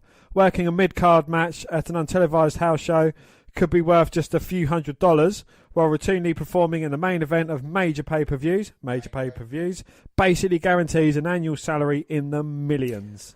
There may not be a better example just how drastic the difference can be than Triple H. In 2016, Triple H won the Royal Rumble and he's in the main event of WrestleMania. His in-ring pay that year came out to $2.5 million. Last year, Triple H fought Seth Rollins in a lengthy mid-card bout at WrestleMania and then later won the main event of Survivor Series for Team Raw. That may not seem like a major step down in terms of his importance in WWE storytelling, but last year Triple H made $1.5 million from his booking contract, a 40% year-over dip. You know, Triple H, he's a bit of an exception. The cool. Of course, Triple H is in a bit of a unique spot, given that the on-screen WWE Chief Operating Officer is the role played by Paul Levesque, who in real world doubles as WWE's Executive Vice President of Talent, Live Events and Creative. In that executive role, Levesque earned another $1.7 million last year from salary, non-equity incentives and vesting company stock. Altogether, Triple H made $3.2 million in 2017, good for fifth most among WWE performers. Well, leaving the list this year is Shane McMahon. According to WWE financial filings, McMahon made $1.3 million last year, which fails to crack the top 10. We've also admitted two other McMahons, WWE Chairman Vince and his daughter Stephanie, who is WWE's Chief Brand Officer, or Sybil. Because limited performers who fought at least one match in 2017, Stephanie McMahon will likely join the ranks next year thanks to a WrestleMania match with Ronda Rousey. Last year McMahon made $2.2 million, which would have been good for number 9 on the list. Vince McMahon made $3.1 million from executive pay last year, but his on-screen time is limited to sporadic appearances. Replacing Shane McMahon is Kevin Owens, who ranks 10th with $2 million in earnings. The Canadian wrestler had runs as Universal Champion early 2017, and he was among the companies throughout the year. His 11 pay-per-view events tie for most worked by any performer, and hovering not too far outside the top 10 are two wrestlers currently getting bigger reactions than just about anyone, and that is Braun Strowman and Shinsuke fucking Nakamura. Well, here is the full top 10 list, and we'll start from 10 to 1. So number 10, Kevin Owens at $2 million. No, sorry, number 10 is Ty Dillinger. The numbers don't lie. Do with the fucking money. The number 9, Dean Ambrose with $2.2 million. The Undertaker with $2.5 million. Number 8. Number 7, Seth Rollins, $2.7 million. Number 6, and he should be number 1 because he's number 1 in my heart, and that is Randy Orton with $2.9 million. Number 5, Triple H, $3.2 million. Number 4, AJ Styles with $3.5 million. Number 3, $3 million. As we said, number 2, Brock Lesnar with $6.5 million. And then number 1, it is John Cena with $10 million. I can't see anyone on number 1. Back to John Cena and Nikki. Brie Bella denied ill will towards John Cena on Wednesday following his breakup with her twin sister, Nikki. Well, according to a source, on one level, Brie wants to kill John. Sure, no one should be allowed to hurt a sister like this. On her Instagram story, Brie wrote, "I'd never say this." She added, "I'll always love John Cena like a brother. He'll always be my family. My heart is hurting for he and my sister." Well, earlier this week, Cena and Nikki Bella announced they had ended their 6-year relationship just weeks before their scheduled May 5th wedding. On Monday, we reported that a source close to the situation said Nikki broke off the engagement due to Cena's perceived lack of desire to marry her. Well, Cena proposed to Nikki last year at WrestleMania 33, and like we say, what a WrestleMania moment that was. But Nikki, so there was a picture of her in a beach. Yeah, there was. She took to her Instagram account and posted new photos with captions that commented on moving forward. So here we go. So Nikki Bella, for whatever we lose, like a you or a me, it's always ourself we find in the sea. What a cunt. Also, hang on. Also, courage is the power to let go of the familiar. She is a cunt. Awful, so I'm upset. Nikki, you're single. I'm single. Look, just drop me an email and I'll see when I'm available. CM Punk and WWE aren't done yet because they still have a day in court due to a $1 million defamation lawsuit. Oh, when you said CM Punk and WWE aren't done yet, I got really excited. James, put it away. We previously reported that Punk's trial with WWE is set to go to court. On May 21st, but it turns out the case has the date much sooner than that. According to court documents obtained by us, there is a pre-trial court date set for May the 5th at 1:30 p.m, where Punk and Cabana summary judgment will be heard. Isn't that great? They could have had a Nikki Bella and John Cena wedding the same day as Punk and Cabana. I know where I'd rather be. Well, this is an attempt to seek a conclusion without going to trial. A judgment like this usually issued if they can discredit an entire case for merits of that case. As always, we'll keep you up to date on any new events on this ongoing situation. Well, police in New Orleans investigate an incident between David Boy Smith Jr. and Jake Roberts from April 7th. Really? Yeah, I know, it's good, isn't it? A representative from the New Orleans Police Department told us that Smith allegedly threw a cup of coffee at Roberts while the two were having an argument at WrestleCon during the weekend of WrestleMania 34. Well, Smith told WrestleZone that he had become angry when he confronted Roberts about critical things Roberts had said about his father, who wrestled as a British Bulldog. Smith said he asked Roberts to resolve their dispute outside, but Roberts declined and told Smith to fuck off. At which point, Smith allegedly threw the coffee. And now Jake Roberts has dropped the charges against Davey Boy Smith Jr. So it's a bit weird, but the Hearts and Davey Boy, they want to... It's like Cody Rhodes, isn't it? They want to... If WWE aren't doing it, they want to keep the legacy of their family alive still, you know? So it's, I think, an important thing, but it can get you in trouble. And someone else that might be in trouble backstage, well, it's Sasha Banks. Sasha Banks is one of the most popular WWE superstars on the Raw roster, but there have been rumblings about her reputation outside of the ring. Yeah, well, PW Insider recently talked about some of the stories about her attitude. They brought it up during her WrestleMania week and she blew it off. Banks has been critical of fans that approach wrestlers in private non-work settings like a gym or at a restaurant. Actually, that is a fair point, and hopefully fans can understand there are times when it's not proper to approach a celebrity. Like, So didn't you have a view on the other side of the fence when it was Randy Orton getting pissed off because people wanted to meet him when he was in a bathroom washing his hands? yeah, look, yes. There have been stories about her reputation backstage at WWE, and that is one of the reasons they've called off on her push. At one point, the feeling on her was that she was too injury prone. It's something that Vince McMahon has said in the past. Well, luckily for Banks, there are some people in management that go to bat for her. If the backstage issues are a problem, hopefully she can work on that so she can get back in the main event picture for the Raw Women's Championship. And for now, she's in a feud with Bayley, another WWE superstar that has cooled off in recent months. It's still a mid-card feud, but there is so much more they can do. There's so much more they can do with both of these women. Well, Satanic Fire Demon Kane has taken the next step towards becoming a Tennessee mayor. Glenn Jacobs, the man behind the Royal Cube State Mask and the Holy Fire Powers, won a narrow victory in the primary. Looks like he'll be headed to the general election, Republican nominee for Knox County, Tennessee's mayor, via WWE.com, who are hilariously careful about not mentioning the actual name. The former WWE champion announced his candidacy in April of last year and has been campaigning ever since, while still finding time to compete at events like the Royal Rumble and WrestleMania's Andre the Giant Memorial Battle Royal. Kane won the initial tally by 17 votes. Though the count is not yet official, there are still provisional ballots to be counted over the next several days. Congratulations to Kane on the newest chapter in his storied career. I'm sorry, but people going for mayor and things like that, they've often got scandals coming up. So what about the Katie Vick? He killed Katie Vick. I know. It's true. And he chokeslammed his brother into his parents' caskets that we just saw recently as well. He set JR on fire. He tried to kill Shane McMahon in the car. I mean, the video evidence is damning. But Trump is president, Dan. Yes, and if that can happen. If we're Kane, we're locking up that nomination and getting elected to the office of mayor based solely on has your party's candidate ever tied Shane McMahon to one of the posts of a wrestling ring and shocked his balls with a car battery and some jumper cables platform? So, yes, arrivals. And Beyond Wrestling said goodbye to Martin Stone, a.k.a. Danny Burch, at their show on Sunday. Burch had been working on NXT shows for years, since 2015 during this recent run. But that was not under a long-term contract, so that allowed him to work elsewhere.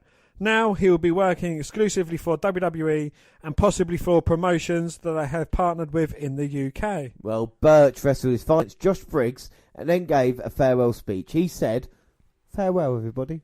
Injuries! Ow! Zack Ryder suffered a knee injury last night during the main event television tapings in a match against Mike Kanellis. Ryder posted on Instagram saying that while the roster will be flying to Saudi Arabia, he will be flying to Orlando to get an MRI. Ryder was featured in the advert for the Greatest Royal Rumble, so obviously WWE now has to open spot to fill, and Zack Ryder not being in the Greatest Rumble match. I mean, that some people are not buying tickets now because of that, Dan. Do you know that? Indeed, yes. Well, the former Intercontinental Champion was out of action for 6 months last year after he suffered a knee injury in December 2016, forcing Hype Bros to surrender their number one contender spot for the SmackDown Tag Team titles after they won a Battle Royal. Wow, so Zack Ryder is going to be out a matter of time, and Mojo Rawley is not injured, he's just not getting used anymore. And depending on who you ask, Dean Ambrose will be back in WWE in a few weeks or in September. Oh, thanks. Good information has been hard to come by on his status, and that trend just got another data point. Well, reports that Ambrose was sighted in Birmingham, Alabama, WWE's orthopedic headquarters last week for more physical therapy. That doesn't leave much for deduction other than establishing that Ambrose routinely pops into rehab his triceps. When Ambrose had surgery to fix the busted muscle, after estimation he'd be coming back soon after WrestleMania. Then WWE threw us all off by declaring he'd be out past SummerSlam. However, Seth Rollins is telling a much different story. Continental Champion sat down with Cape Town, South Africa's 94.5, and the topic of his injured Shield comrade came up. And according to Rollins, Ambrose will be back well before WWE's September target date. South Africa, diplomatic community. Crunchy fucking pronouns. Now fucking tell me, Seth Rollins, what happened with Dean Ambrose? And Seth Rollins said he had some pretty extensive tricep surgery earlier this year, so he's definitely still on the mend and rehabbing. But he'll be back and better than ever. You wait. Summertime, maybe late spring. According to Google, summer officially begins on June the 21st, making next month constitute as late spring. If Rollins' words hold true, Ambrose could be back by Mother's Day. Well, upon learning of Ambrose's injury, that was the original timeline we all expected. However, when WWE slapped the September prognosis on return, we were left to scratch our heads. However, for the sake of dramatic return, WWE typically overestimates recovery time for its superstars. That way, when they come back 3 months early, WWE can tout the return as miraculous. Well, Dean's return promises a few untapped juicy scenarios. Before his untimely injury, it was rumoured that he was set to become a villain. This likely would have hinged on him betraying Rollins and Roman Reigns, which would have led to a WrestleMania match between Seth and Dean. Obviously, that didn't happen, but that doesn't mean the notion of Ambrose's heel turn is dead. Well, when Ambrose returns, whether it be May or September, we should be on high alert for him to do something terrible to Rollins. But he'll need to heal up first. Get it? Oh, yeah. We'll keep our fingers crossed that WWE overestimated recovery time and Dean can come back in the next few weeks. Well, we'll just have to wait and see. Well, fans hope that after an extensive open heart surgery, WWE and WCW legend Vader could avoid the hospital for a lengthy period. However, just days after his massive operation, the 63-year-old is already having issues. On Thursdays, Vader updated his followers with a troubling message that had him heading back to the hospital citing severe pain and a case of pneumonia. Vader sought immediate medical attention. Damn! I have bad news. I'm back in the hospital. Pain is through the roof and they say I have pneumonia. Can't breathe, but I am still fighting, he wrote. Well, Vader hasn't updated his status. He's made several tweets since the one you just said, and we can only assume that things have stabilised. Well, earlier this week, Vader shared a grisly photo of his scar from the massive surgery. He said, they had me, but I kicked out of two. Two. The surgeon confessed he had a few too many. What? That's why the scar is off-centre. Oh, that man, my life. Thank you, Jesus. Since rising from the operating table, Vader has launched an informal PSA campaign advocating routine checkups of the heart. Vader says he has no symptoms, but had 5 clogged arteries, making his mortality a ticking time bomb. Well, Vader attributes his heart crisis to decades of poor dieting and urges anyone who listened to eat more consciously. Vader discussed his medical condition in an interview with Bill Apter prior to his surgery back in March. He said, I literally had 10 blood vessels that are clogged, over 90% of my heart. I guess just put it mildly, I'm a bomb. I went in for a routine visit. I was having chest pains, and I go to see him, his doctor, and he says, you need to go to the hospital. I said, oh God, when? In the next couple of weeks? I got bookings, and I got this, and I got that. He said, no, right now. So he basically gave me some injectable blood thinners right then. Vader noted that the blood thinners kept him from having a heart attack. Here's the deal. I was afraid, Vader said. I said, hey, my heart feels great. I'm wrestling. I'm riding the bike 30 minutes hard. There's no fine. Well, guess what? I wasn't fine. I had a blockage. He said a type of blockage that you, over 90% in 10 arteries, started 15 years ago. So when you say you came in 10 years, even 8 years ago and got checked out and found some blockage, we could have gone in there without a catheter, basically stuck a cable in my groin and worked it out through my stomach and cleaned it out. It's been a tumultuous 2018 for the big man, but it looks like he's finally on the up and up. While a return to the hospital is certainly alarming, hopefully it's only a minor bump in this road to recovery.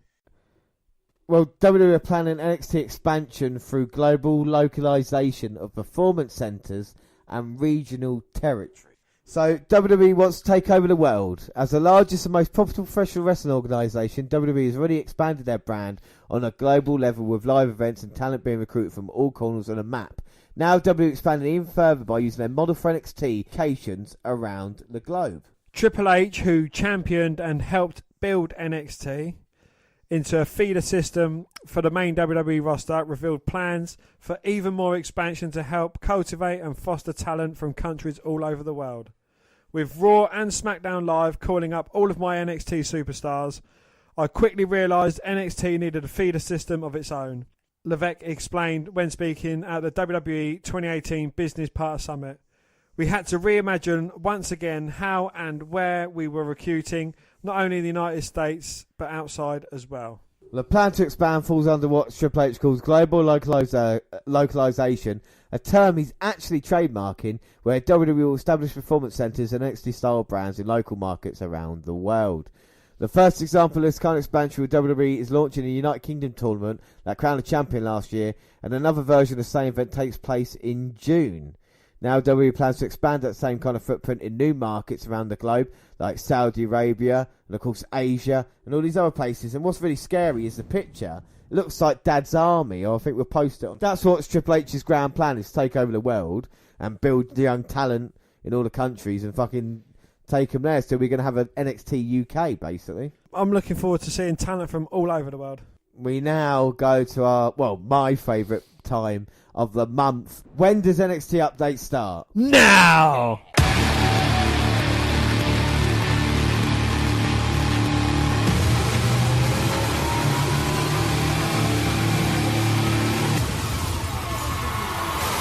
I'm taking back what's mine. I ain't giving in to what they tell me. Nah, I ain't listening. Can't deny I was made for this. Shove it back in the faces who say I've missed. I'm taking back what's mine. I ain't giving in to what they tell me. Nah, I ain't listening. Can't deny I was made for this. Shove it back in the faces who say I've missed.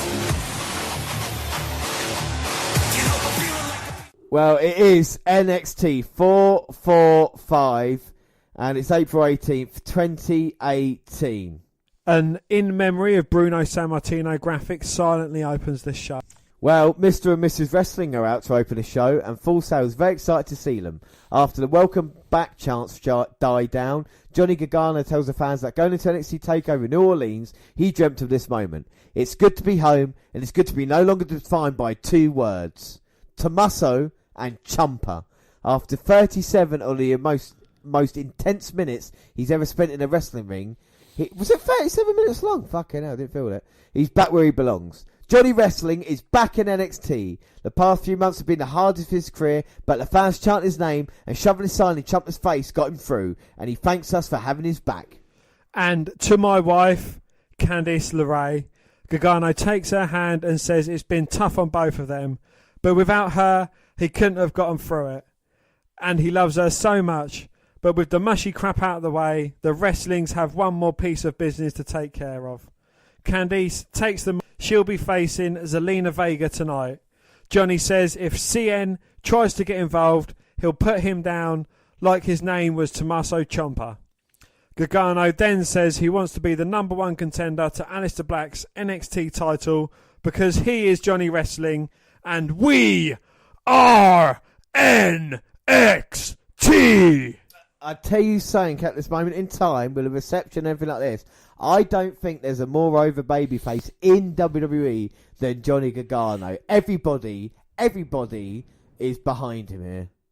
Well, Mauro Ranallo and Percy Watson / Jackson hype the women's match and remind us about the no DQ fight, which is Killian Dane versus Lars Sullivan, and then tell us Ricochet will be next. Yes, first Killian Day is in a dark location somewhere ranting about Lars Sullivan taking away his opportunity in New Orleans tonight. New Orleans. Tonight, with no Sanity and no Nikki Cross, he's going to take everything from Lars. So here we go, Dan. It's your guy. It's my guy, Rick. The one and only. The thing about Ricochet... Well, you can tell me. The thing about Ricochet, he doesn't need any fancy music, does he? He doesn't need any fireworks, doesn't need any glitz or glamour coming out to the ring. Because when he gets in the ring... That's where he does all his talking. And he's certainly very impressive in the ring. And he's ripped as well. He's so great. I mean, what are the things... Tell me 5 things you love about Ricochet. Well, he's ripped. He's absolutely brilliant in the ring. His high-flying ability is subpar. I think he wrestles near flawlessly and brings so much difference to the table. Yeah, he really does. Ricochet is the future of wrestling, and not as just Ricochet himself, but the way we look at performers and what they could do in the ring. You know, the person his size, that might be considered small, is going to be a kind of future main event in WWE, and that's not bullshit, that's fact. And he's going against... Fabian Eichner. Fabian Eichner. Fabian Eichner? Yeah. The Italian-born, German-sounded Eichner. He's bald-headed and got a bit of a beard. Looks like Goldberg. Looks like Ricochet. Eichner. Nothing is easy in NXT or WWE. So, Dan, seeing as I'm just an incredible person, I'll let you take the Roman Reigns in Ricochet's first NXT match. Test of strength to get this start. Collar and elbow tight. Ricochet gets the better of it. Turns it into a side headlock. Well, it's impressive. I mean, Ricochet's got a bit of strength about him as well, hasn't he? You know, it's not all... It's not all high flying.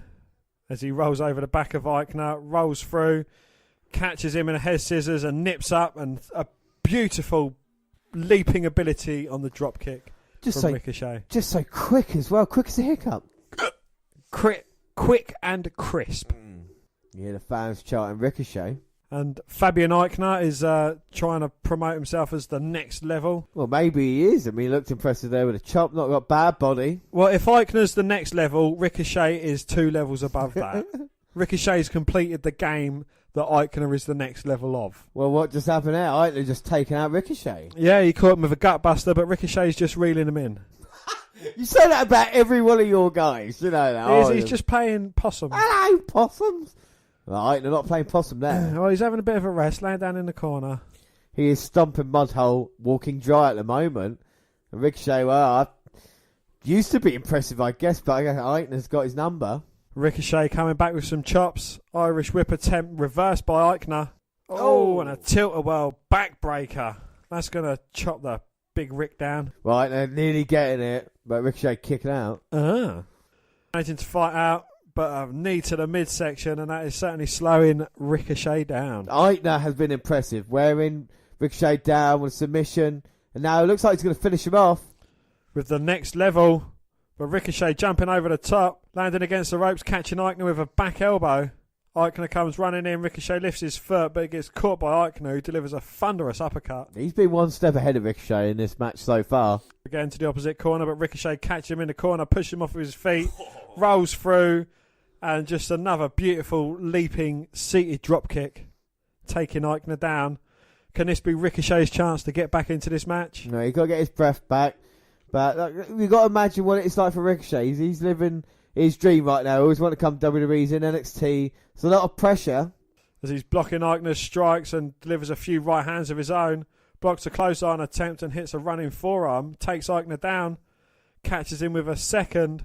And Ricochet's starting to get some momentum as he comes running in with a uppercut in the corner. Yeah, Eichner's in a bit of trouble. Irish whip reversal. Ricochet sidesteps the oncoming Eichner. 619. Springboards his way back in with a lovely uppercut. Cesaro-esque. And now the fans quietly get... And a standing shooting star. But Eichner gets shoulder up at 2. Oh, and Eichner's got his ear pierced. What? Bringing your facts. Throughout the match. So Ricochet going up. What could he be looking for here? He could do anything from that top rope. There's not a lot he can't do. Oh. Apart from jump off it, because Eichner comes in and takes his legs out, crutches him on the top rope. Yeah, Eichner's... Ricochet fights off Fabian's attempts though. Perched on the top, looking for his 650. Hits it. 1, 2, 3.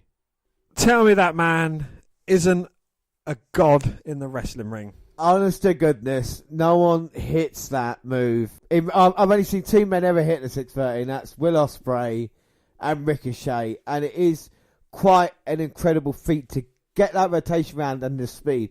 And to be fair, Ricochet actually, it's not a bad match. Do you know what I mean? It was, like I say, pretty standard. But I think Ricochet looked impressed. What are your thoughts on Ricochet here? Yeah, you know, he's just getting started in NXT. Mark my words, James. He is a future heavyweight or universal champion. Oh, there we go. We've got it on tip now, son. So up next, Caleb Braxton catches up with Ricochet ringside. He tells her it feels great to be making his Full Sail debut. He watched a lot of wrestlers become stars. He name drops Bayley, Sami Zayn and Seth Rollins and said it's his turn now. He's here to show the world there's one and only... Oh, shit. Do you want to do this? He's here to show the world there's only one and only Ricochet. So here's his match. Oh, fucking hell. They've already started.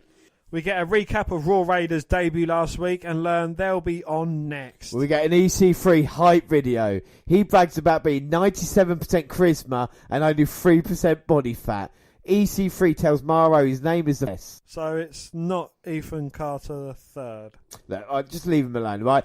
EC3 is going to dominate NXT. You mark my words, Dan. EC3 will be NXT champion. Well, Lars gets a stairwell promo. He's going to show Dane and the world he is a real-life freak of nature. Yes, and up next it is War Raiders versus JC and Chris. 23 minutes. Oh, versus JC and Chris. After shedding their armour, how Rowe and Hanson lead the crowd in rocking out and pumping the devil horns. So Rowe starts and, oh my God, he's just blasted one of the guys with a drop kick. So Rowe is bald. There you go. And now I don't think the other guy wants to tag him, really, to be fair. I think he's in a little bit of trouble. And Rowe sits like Deuce and Domino. Hip tossed. And now here comes Hanson. Big Hanson in. Takes him down. Well, we've got the Authors of Pain have left NXT. You know, the NXT Tag Team division, you could say, might be open. And with Sanity gone as well, with the War Raiders arriving, they serious contenders soon, and they had no effect on the big man there. Hanson. Yeah, and Hanson just sent him to hell with that clothesline. I'm not impressed by the War Raiders. They look like a heavy machinery attempt to me. But they've been successful in the independent scene beforehand, so maybe they give them time. I don't think they look that great. Do you know what I mean? To be fair, even though, like I say, the War Raiders have been around for quite a while, but we got to give them a chance. Well, I got to give them a chance, and Rowe now has got one of the guys. Hanson off the top. Oh, with a big thunderous leg drop, goes for the cover. 1, 2, 3. They're very squashy, though, aren't they? Do you know what I mean? Like they're running through. We have the plane before, so maybe they will change it up a little bit. But the kind of you do need that as kind of monster tag team, didn't you? So we need more monster tag teams? I mean, we got the Bludgeon Brothers, we got Authors of Pain. You know, it's too many. Is really fucking annoying.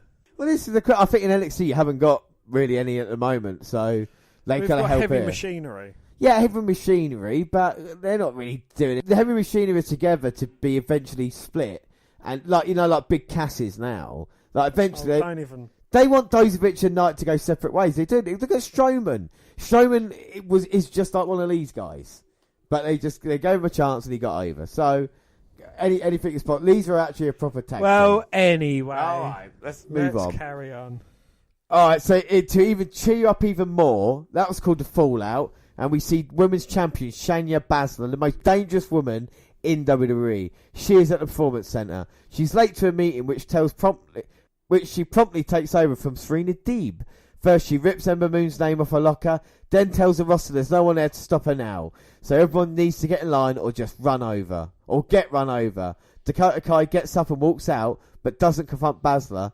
She just says she's going to get some water. Reeves gets a hype video. He's grown his hair out and is calling himself the finest. He'll be on in 2 weeks. Let's take a look at him, because we know you love NXT talent, Dan. This is what Connor Reeves is. You like No. Connor Reeves? No, he's just really fucking irritated me. What? I He's more like a fucking Tyler Breeze. You can't take that twat seriously. Oh dear. Well, we'll see what Connor Reeves is like in 2 weeks' time. They showed a video that we released online earlier today with an interview asking Pete Dunne his thoughts on Roderick Strong. The UK champ stops walking away from his rolling suitcase to say he'll be back in a few weeks, and they show us what he thinks of Roddy. He's going to rip his head off. Well, up next we've got Lars Sullivan versus Killian Dane. And after some jawing, Dane blasts Sullivan with a headbutt, follows up strikes and clothesline, puts Lars on the floor. He then drags Killian down to start the brawl there. Dane back in, looking to put hurting on Lars Sullivan. Oh, suicide dive. Oh! He gets caught by Killian Dane, who backs him into the ring post. And that is great strength by Lars Sullivan there. Was going to try with Dane. Oh! Suplex on the outside on them wafer-thin mats.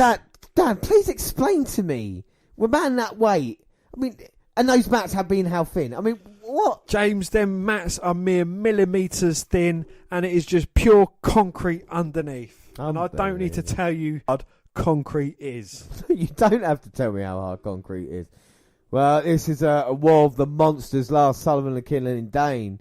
We saw them clash in that hellacious six-man ladder match, and now they're going to put their finally end this feud, maybe, with Dane going up to the main roster. Who will be the real monster?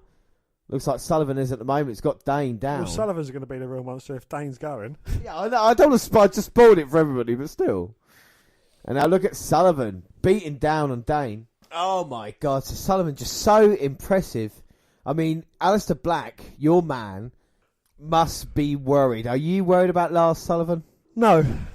Why not? Because he's beaten down Killian Dane with relative ease. Exactly. So what is he going to do for Aleister Black? Dane's a bigger man.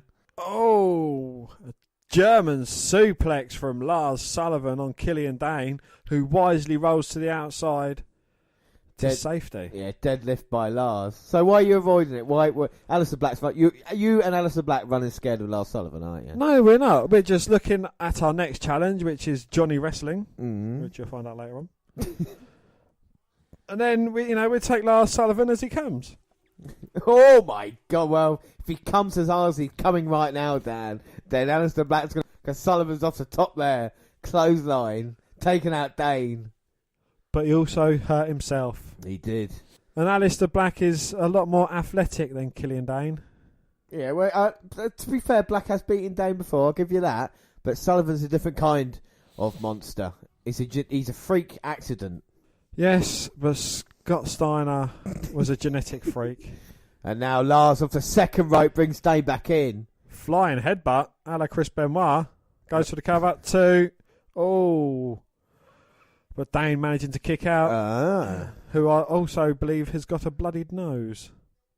I think he has. I mean, how big Lars Sullivan's head is, he's going to get it all, isn't he? He's going to jump in off the second rope there. And what's he looking for? Of course, there's no disqualification. Oh, he's throwing a steel chair into the ring. He's throwing a second steel chair into the ring. What do you do now? He's throwing a third steel chair into the ring. Now, James, if anyone knows what it's like to have 3 in the ring, it is you. Yeah, I mean, because having chairs in there are very dangerous, even though the fans want tables.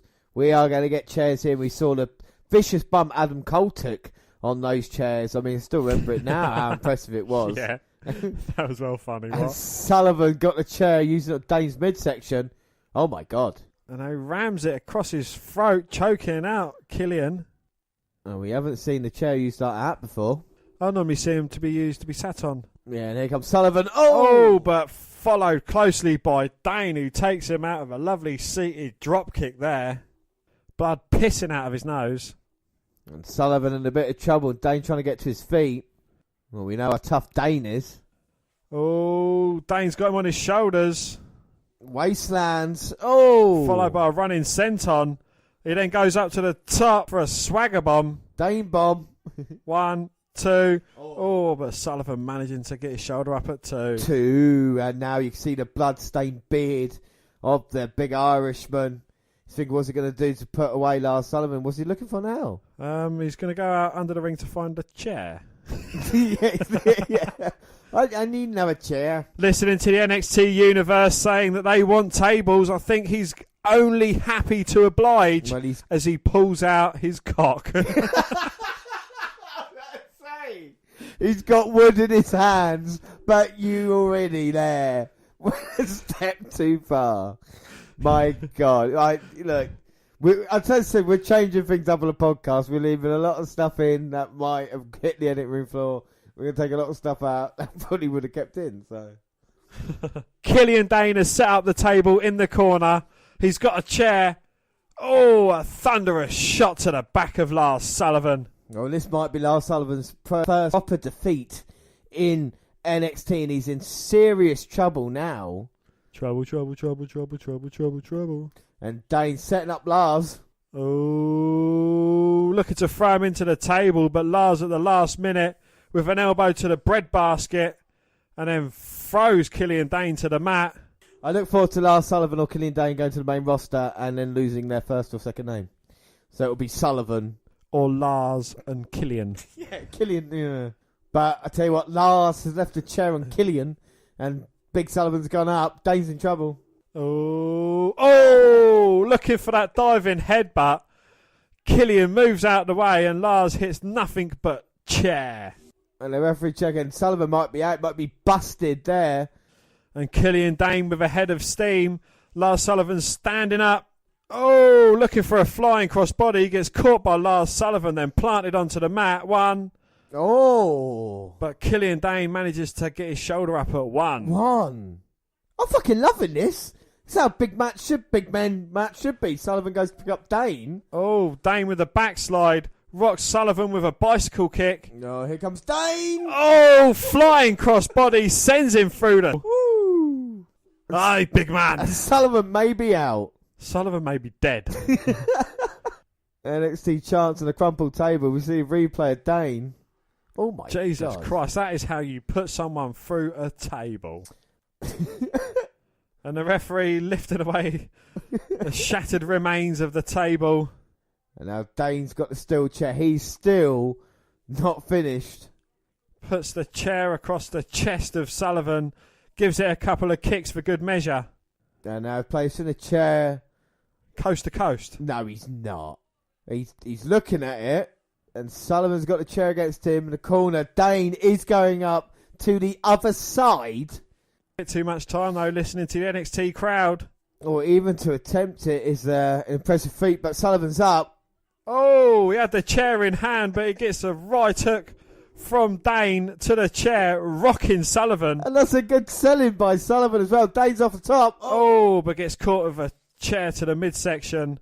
Oh, and a thunderous shot across the hairy back of Dane. Sullivan sets up two chairs in the middle of the ring. Now, freak accident. Oh, freak accident onto the chairs. 1, 2, 3. And it is game over for Killian Dane. What a valiant effort he put in, but Lars Sullivan is the victor. That's how Brock Lesnar should wrestle. That's how, if you're going to do big man wrestling, that's what you do. Sullivan goes up in my estimation. I just think he's a big man, and I hope if his Strowman is like the kind of, talk about turning point of big men, if Sullivan keep going the way he does... But Dane, again, pulls out a great match. The guy wrestles like looks like a heavyweight, wrestles like a fucking cruiserweight. Do you know what I mean? Like, that's what Dane does. He's the polar opposite to Tony Nese. And, I mean, it's quite incredible. What do you think of the match? Brilliant, yeah. Very impressive match. Both men gave it their all, and, they both put in a brilliant performance. They wasn't selling too hard, which is what big men should do. And, they was both hard-hitting, and it was an all-out crashing affair. Yeah, it really was. All the things were used correctly, steel chairs, tables, and all that kind of thing. Really, really good. We get a video package on the Almas Gargano program, which emphasises Candice and Zelina's involvement to set up our main event. Well, Undisputed Era's championship photo shoot is aired. And if you go to my profile, you'll see the picture. All 4 men are there, and Roddy is carrying one of the tag belts. The group will be here live next week. Adam Cole's first North American title defence will also be next week against our man. There's only one, only Lorcan. There's only one, only Lorcan. One, only Lorcan. And here we are, the main event, Candice LeRae, Zelina Vega. I believe it is the first time we've seen Zelina Vega in action. Yeah, I mean, she's been pivotal to Andre Cien Almas's NXT title reign. What is she like in the ring? We know how tough Candice LeRae is. Don't need to talk about it. Mae Young Classic, Dan. Yeah, very impressive in the Mae Young Classic. She was my pick in that classic. Unfortunately, she got knocked out by, my pick, the NXT Women's Champion, Shayna And also, Baszler. we have officiating. Oh, Tina, when I'm talking about my success, you cut me off. You're right. Jessica Carr's with Mae Young. And Vega pushes Candice. Candice pushes back. Vega goes flying across the ring. She is the smaller of the two. Comes in with a running kick but gets caught by Candice and she gets a gutbuster for her troubles. Johnny Gargano has got no chance against Aleister Black. He couldn't beat Andrade Cien Almas, the 311 boy, the former reigning, defending, undisputed NXT champion. So he's never going to beat the man who beat him for the title. I think you're wrong. I think you're wrong because Tommaso Ciampa thing now out of Gargano's mind. He's clear, starts afresh, he's back in NXT. He's more dangerous than ever. We saw how good he was, and Black should be worried. But let's not disrespect this match because it's been a great one. Vega's got Candice LeRae down in the corner. Oh, double knees to the chest, goes for the cover. 1, 2. Oh. But LeRae managing to kick out. Of course, that's one of CN's signatures, so he must be teaching Zelina everything. We've seen her hitting a few Hurricane Runners in matches as well. Looking for the hammerlock DDT. No, gets rolled up by Candice. 1, 2. Oh, but Zelina managing to get the shoulder up at 2. 2. Vega going for the strikes, but coming off second best here. Well, getting blocked by Candice, who's delivering her own strikes and chops. Strike, chop, strike, chop, strike, strike, strike, strike, chop. Jessica Carr having trouble calming down Candice LeRae. I think all the wrongs that Vega has done. He talk about the amount of defeats Gargano's had. All thanks to Zelina Vega. Candice LeRae gets to talk about retribution here tonight. Oh, lovely missile dropkick off the top there. Goes for the cover. 1, 2. Oh, but Vega managing to get the shoulder up at 2. 2. Yeah, the thing I like about Candice LeRae, not many, well, no women are former tag team champions with Joey Ryan. So that's always good, isn't it, you know? The penis man. Yes, she wrestled men. Oh, my God. And that is beautiful by Candice there. Is that the Gargano escape? I think it was, yeah. Hurricane Runner down. Oh, but Cien's in the ring, gets taken down by Gargano, and the husband and wife team have got the Gargano escape locked in. Zelina taps, and Candice gets the victory. Oh, what a nice finish there. Redemption against CN. And of course, we say goodbye to CN now. Wish you all the best on SmackDown, but I mean, Johnny wrestling there, looking strong with Candice LeRae. Dan, what are your thoughts? It was quite a short match, to be fair. You know, it was over before it got fed up. I'm not quite sure what to make of Zelina Vega in the ring. I think she should stay as a manageress. Candice LeRae, on the other hand, she looks quite impressive in the ring, and I'd look forward to seeing what she can bring to the NXT Women's Division. Yeah, without a shadow of a doubt. Well, the heels limp off and Gargano gets a mic. He says, first of all, that was awesome. Second, he said that was only one of the things they needed to do. The other is he's calling Aleister Black out for a title shot. Well, that brings out the new champ. Black tells Johnny, you want it? Then next week, you shall have it. Oh, my God. So it is going to be Aleister Black versus Johnny Gargano. And Dan, when are we watching that? Now! We are at episode 446. Yes, Mauro Ranallo and Percy Watson / Jackson welcome us to tonight's show. They preview NXT champion Aleister Black defending against Johnny Gargano. But the Undisputed Era, yeah! Adam Cole, Bobby Fish, Kyle O'Reilly and Roderick Strong head out to the ring. Cole and Mike first, and he gloats about all the gold that's in the group. Fish says they've been thrown to the wolves over and over, but the Undisputed Era remain one step ahead every single time. Strong on the mic now, crowd gives him a pop. Strong says, everybody wants to know why Roddy Wright. He says for once, he did something for himself. And at TakeOver, he made the best decision of his career. He said he could have won the titles with Pete Dunne, but how long until Dunne turns on him? All he cares about is a UK championship. He continues that it's always been Roddy versus the world. So why not fight together and take over NXT? O'Reilly gets his chance and says the group won't back into a corner and they can't be stopped. The times are changing and we're leaving everyone in the dust. Cole is back on the mic and says he's facing Only Lorcan for his title and he's going to do it on his own because, as he laughs, he doesn't need any help beating Lorcan. So let's see. We've just had the introduction, so they're treating it as a big match, and Adam Cole's got the tape around his waist. But we're big fans of Only Lorcan. Yep, huge fans of Only Lorcan. So who do you want to win this one? Only Lorcan. My feelings have changed towards a certain member of the undeserving era. And who is that? Kyle O'Reilly. Handsome Kyle O'Reilly. God. Because after just his actions in the ring, I've not taken time to appreciate him. I still hate Adam Cole. I still hate Bobby Fish. And Roderick Strong, I've never been too strong on him anyway. Thank you very much. Even though I did go for him Yeah, you Cruiserweight. in the Cruiserweight tournament. But Kyle O'Reilly, and even after that video I showed you, you've got to admit, he is comically... it's just comic timing, and that is what I like in a wrestler. Well, the thing about it as well is that I like the Undisputed Era more and more as the weeks go on. I've been more impressed with them, And then he had to go in this trading wrestling holds. I say trading, trying to get an advantage of the early going. And look what Only Lorcan's going for now. Well, James, he's targeting the injured abdomens of Adam Cole, baby. Yeah, by trying to stretch it. Stretching him. Yeah, yes. move made famous by Wilbur Schneider. Not many people know that back in the 1920s, and that's what Only Lorcan's trying to do. So we did it for Ricochet. It's only fair as Cole takes a moment outside. It's only fair. It's only fair.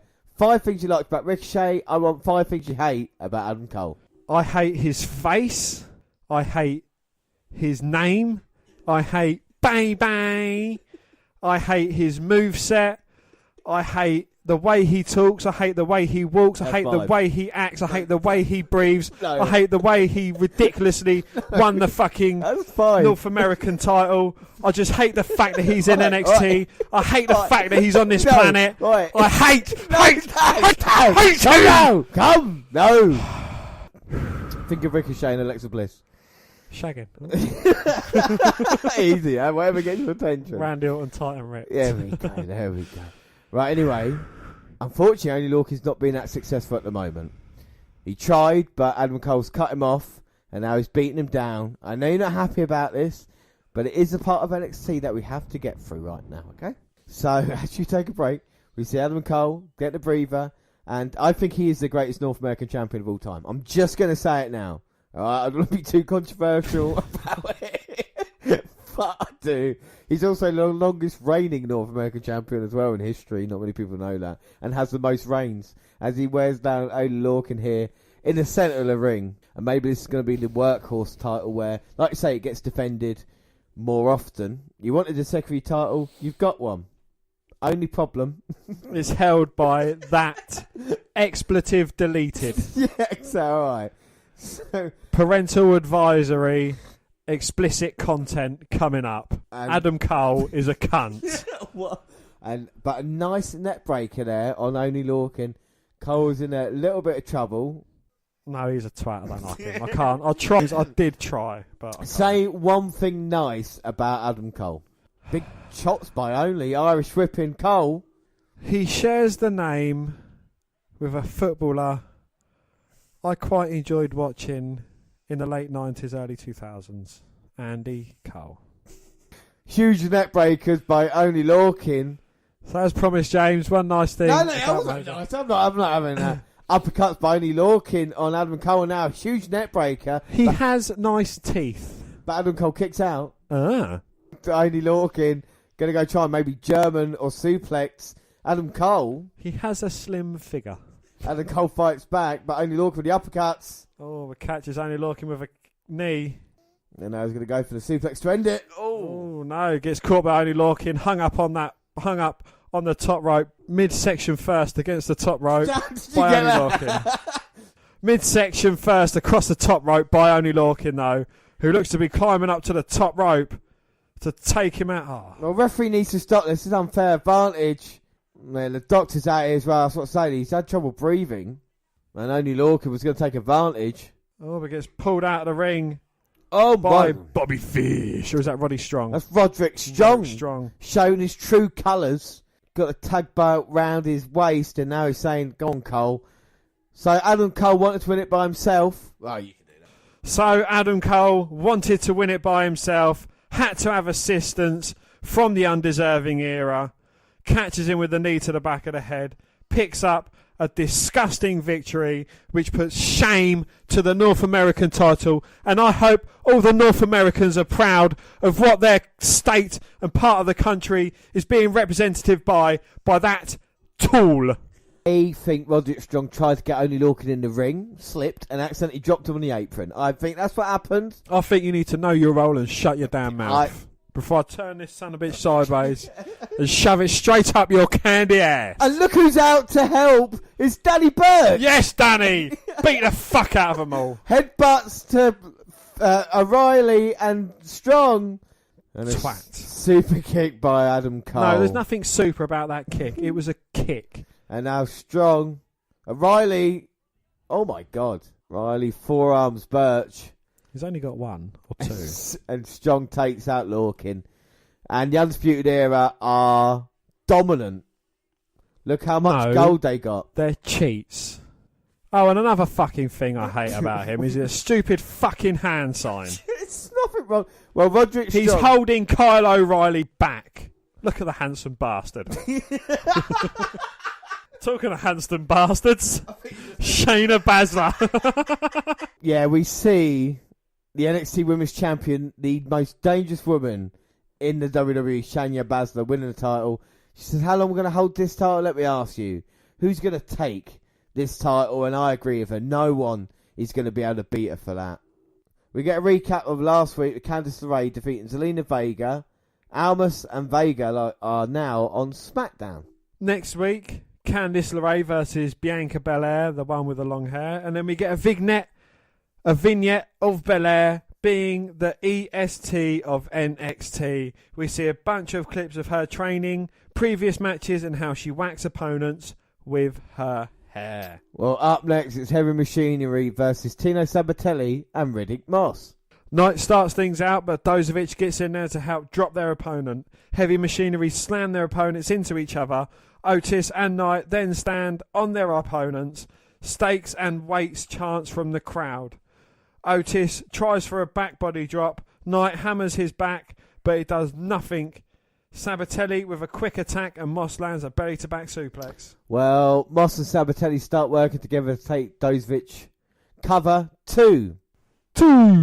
Moss charges in on Dozovic, but misses and slams into Sabatelli, sending him to the floor. Dozovic is able to tag out, and Knight goes to work on Moss. Sabatelli back in the apron, hand is reach out. Moss gets to him, Sabatelli backs away. It's finally happened. He heads to the back, his Heavy Machinery take advantage by nailing the compactor for the 1, 2, 3. And the winners, Heavy Machinery via pinfall. Post-match, Knight calls out the War Raiders for attacking them from behind. They aren't going to let that go.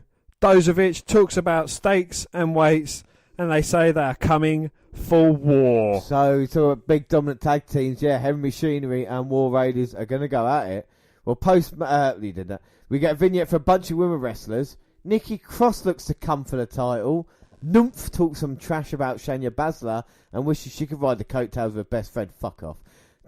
She don't actually say Ronda Rousey because she's too scared. And Kairi Sane says it's rubbery. Kairi Sane says she knows Baszler. Well, she has beat her before. But backstage, Kathy Kelly talked with Dakota Kai, who is still upset and scared about having to deal with Shayna Baszler. Baszler suddenly shows up and Kay looks super nervous. Baszler says Kai looked to follow her dreams to NXT, but the women division run by Baszler is Kai's worst nightmare. Yeah, we get a vignette for the finest Connor Reeves, who will debut next week. More vignettes with women talking about Shayna.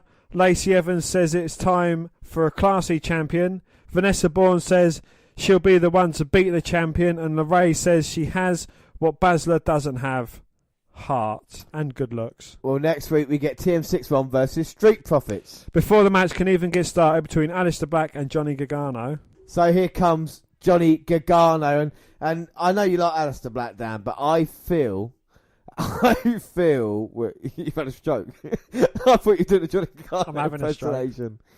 So Johnny Gargano finally back home in NXT. I know you like Aleister Black, but I got to go Johnny Wrestling in this one. I think he is. He's got that kind of monkey of his back. Ciampa! Oh! No! What? And Gargano coming out. Ciampa's beating him up. He's got a gold knee brace. He's got, as if Aleister Black needed any help from Ciampa. And Ciampa sends him inside the announce table. He's even got a T-shirt mocking. No, he hasn't. He's just wearing Johnny Gargano's T-shirt. And he's wearing. Why would Ciampa be wearing a Johnny Wrestling top as he beats down Johnny Wrestling? Because he's that good a heel. Well, he's a psycho killer. He's a black heart. He's gone in the head as Ciampa. This is over. It should be over and done with between him and Gargano. Well, Ciampa shouts in Gargano's face, "You think I'm gone? You're never going to get rid of me." And now he's got Gargano out. He's got Gargano. Yeah, go on, Johnny. Fight this. Well, Johnny's trying to fight out. Oh. Super kick to Ciampa. And it sends Ciampa down and it fires up Johnny. Oh. Oh, he flies off the announce table, takes out Ciampa, wailing away with some big rights and lefts. A huge Johnny Wrestling chant, and Aleister Black must be loving this backstage. Gargano goes straight after Ciampa though. Oh, and a low blow by Ciampa. He had to resort to a cheap shot. Are you surprised? He's a man who attacked him from behind. He doesn't care whether you think he's James. He's seriously, with all that dangerous men, hated men, Ciampa is. And now he's looking at Johnny Gargano. Fucking hell. Delivers a thunderous knee to the head of Gargano as it was up against the LCD screen, and the LCD screen is flitting out now. Gargano's face against that screen, and with Ciampa's foot. Ciampa's carrying the scars of war, but, well, I guess it was just a battle in the ongoing war, and Gargano looks in serious trouble. Ciampa's still not finished with him. He's got him up. Oh! Ciampa drops him through a table. With all the electrical equipment and boxes there. Johnny Wrestling is Johnny flitting out at the moment. Well, I think Gargano might be seriously injured here. You can see blood there, and look at how happy Ciampa is. Well, that's the thing about Ciampa. He gets knocked down, but he gets up again and comes back even crazier than ever. And now Candice LeRae going to check on her husband. Ciampa looking down at Gargano, saying, "This is what I've done for you. Former friends, now worst enemies." He's like Freddy Krueger, keep coming back from the dead. Gargano thought he'd finish this at Takeover, and an assault costing Gargano his chance to be NXT champion. Not only sending him into the side of the stage, sending him off the stage through a table. Ciampa needs to be reprimanded here by William Regal. Saint needs actions. Can I just say that I think Johnny Gargano has got off lightly? Because if he was going against Aleister Black, he would have been in a coffin, not onto a stretcher. No, Aleister Black was in serious trouble here tonight with NXT title. We'll get on to that at a different point. Today, well, right now, I want to focus on Ciampa should be arrested for assault after that. He is not right in the head. Ciampa has seriously got some mental issues, and I don't think he should be employed for NXT. Yes, Gargano came back, but I think with these two around, I don't think NXT is big enough for Gargano and Ciampa. I really don't. Why don't Gargano fuck off then? Because NXT is his home. Well, Gargano is stretched out to the back as the crowd clamps for him. The cameras follow him all the way to the outside as they take him to an ambulance. Aleister Black walks by to look at Gargano being loaded into the ambulance. Camera pans up and we see Ciampa standing up high watching the vehicle drive off. Black heads to the ring and gets a mic. He starts to call out Ciampa, but out comes Sanity. Young on the mic, Johnny Gargano provided hope. Chaos took away that hope tonight. He continues that out of the chaos, there will be the greatest and sanity. Black cuts him off and asks him if his Young is looking for this while holding up the title. Young nods and says, let's do this. On then, I guess, Eric Young versus Aleister Black for the NXT title. So we thought we were going to get Gargano and we're getting Eric Young. But dancing is his Shaw Man's first official NXT title defense. I'm going to let you call the majority of it. I'm nice like that. Thanks. Well, I had Drew McIntyre. Now Aleister Black's finally there. You must be so pleased. No wonder you're cocky about him. Well, Eric Young starts off with an arm lock, but Aleister Black rolls through and then twists the arm of Eric Young. He goes down to one knee. We got Wolf and Dane at ringside. No Nikki Cross. No Nikki Cross. She's interested in Shayna Baszler and what battle that would be. Got straight on that. But can Eric Young make a huge impact and stop Aleister Black, defeat him on his first title defense? Of course not. But Eric Young with a side headlock, trying to play a mat game with Aleister Black. But he's got the numbers advantage though. He's got Dane, he's got Alexander Wolf at ringside. He has indeed, but Aleister Black's not worried about that. So, what do you like about Aleister Black? 5 things you like about Alibi. I like his entrance theme. I just like his in-ring ability. I think he's certainly on par. Just his general persona, his character, his tattoos, his T-shirt, his trunks, his shorts. You're just listing everything that he's wearing right now and he's got. The way he gets beaten up by Eric Young. His wrist tape. His wrist take. Do you know, I like the fact he sits where he wants. That is a huge factor. Yeah. And Eric Young now looking for first title in WWE, but Black catching him. I also like, the kind of respect he delves out as well. In that feud he had, a great feud he had against Velveteen Dream. Velveteen Dream, all he wanted was Aleister Black to say his name. And even though Aleister Black won, he still obliged and said, That's Velveteen true. No, Dream. I'll give you that, yeah. And the fake out there by Aleister Black looking to springboard over the top rope. Eric Young was surrounded by his Sanity teammates and Aleister Black just backflips into a seated position and just waits for Eric Young's attack. But, we've not seen anything like Aleister Black. He is certainly a unique performer in the ring. He is, but does the fact that he's not really great on a promo take away the fact of how good he is? No, because he does his talking in the ring. But I don't know if that's going to fly on like Raw and SmackDown when he goes up. Do you think that's going to... He still talks, but he keeps it short and sweet. Yeah. He can talk when needed, but he doesn't need to talk. Maybe a mouthpiece would work for him, or maybe, a little while in NXT to help develop that side of things, or maybe he doesn't even need to. He certainly backs up what he says in the ring. And if he isn't a big star on the main roster, wrong with Raw and or SmackDown. Yeah, I might agree with that. I'm a big fan of Aleister Black there. And I love his strikes and combinations as well. I think that's one of his strengths.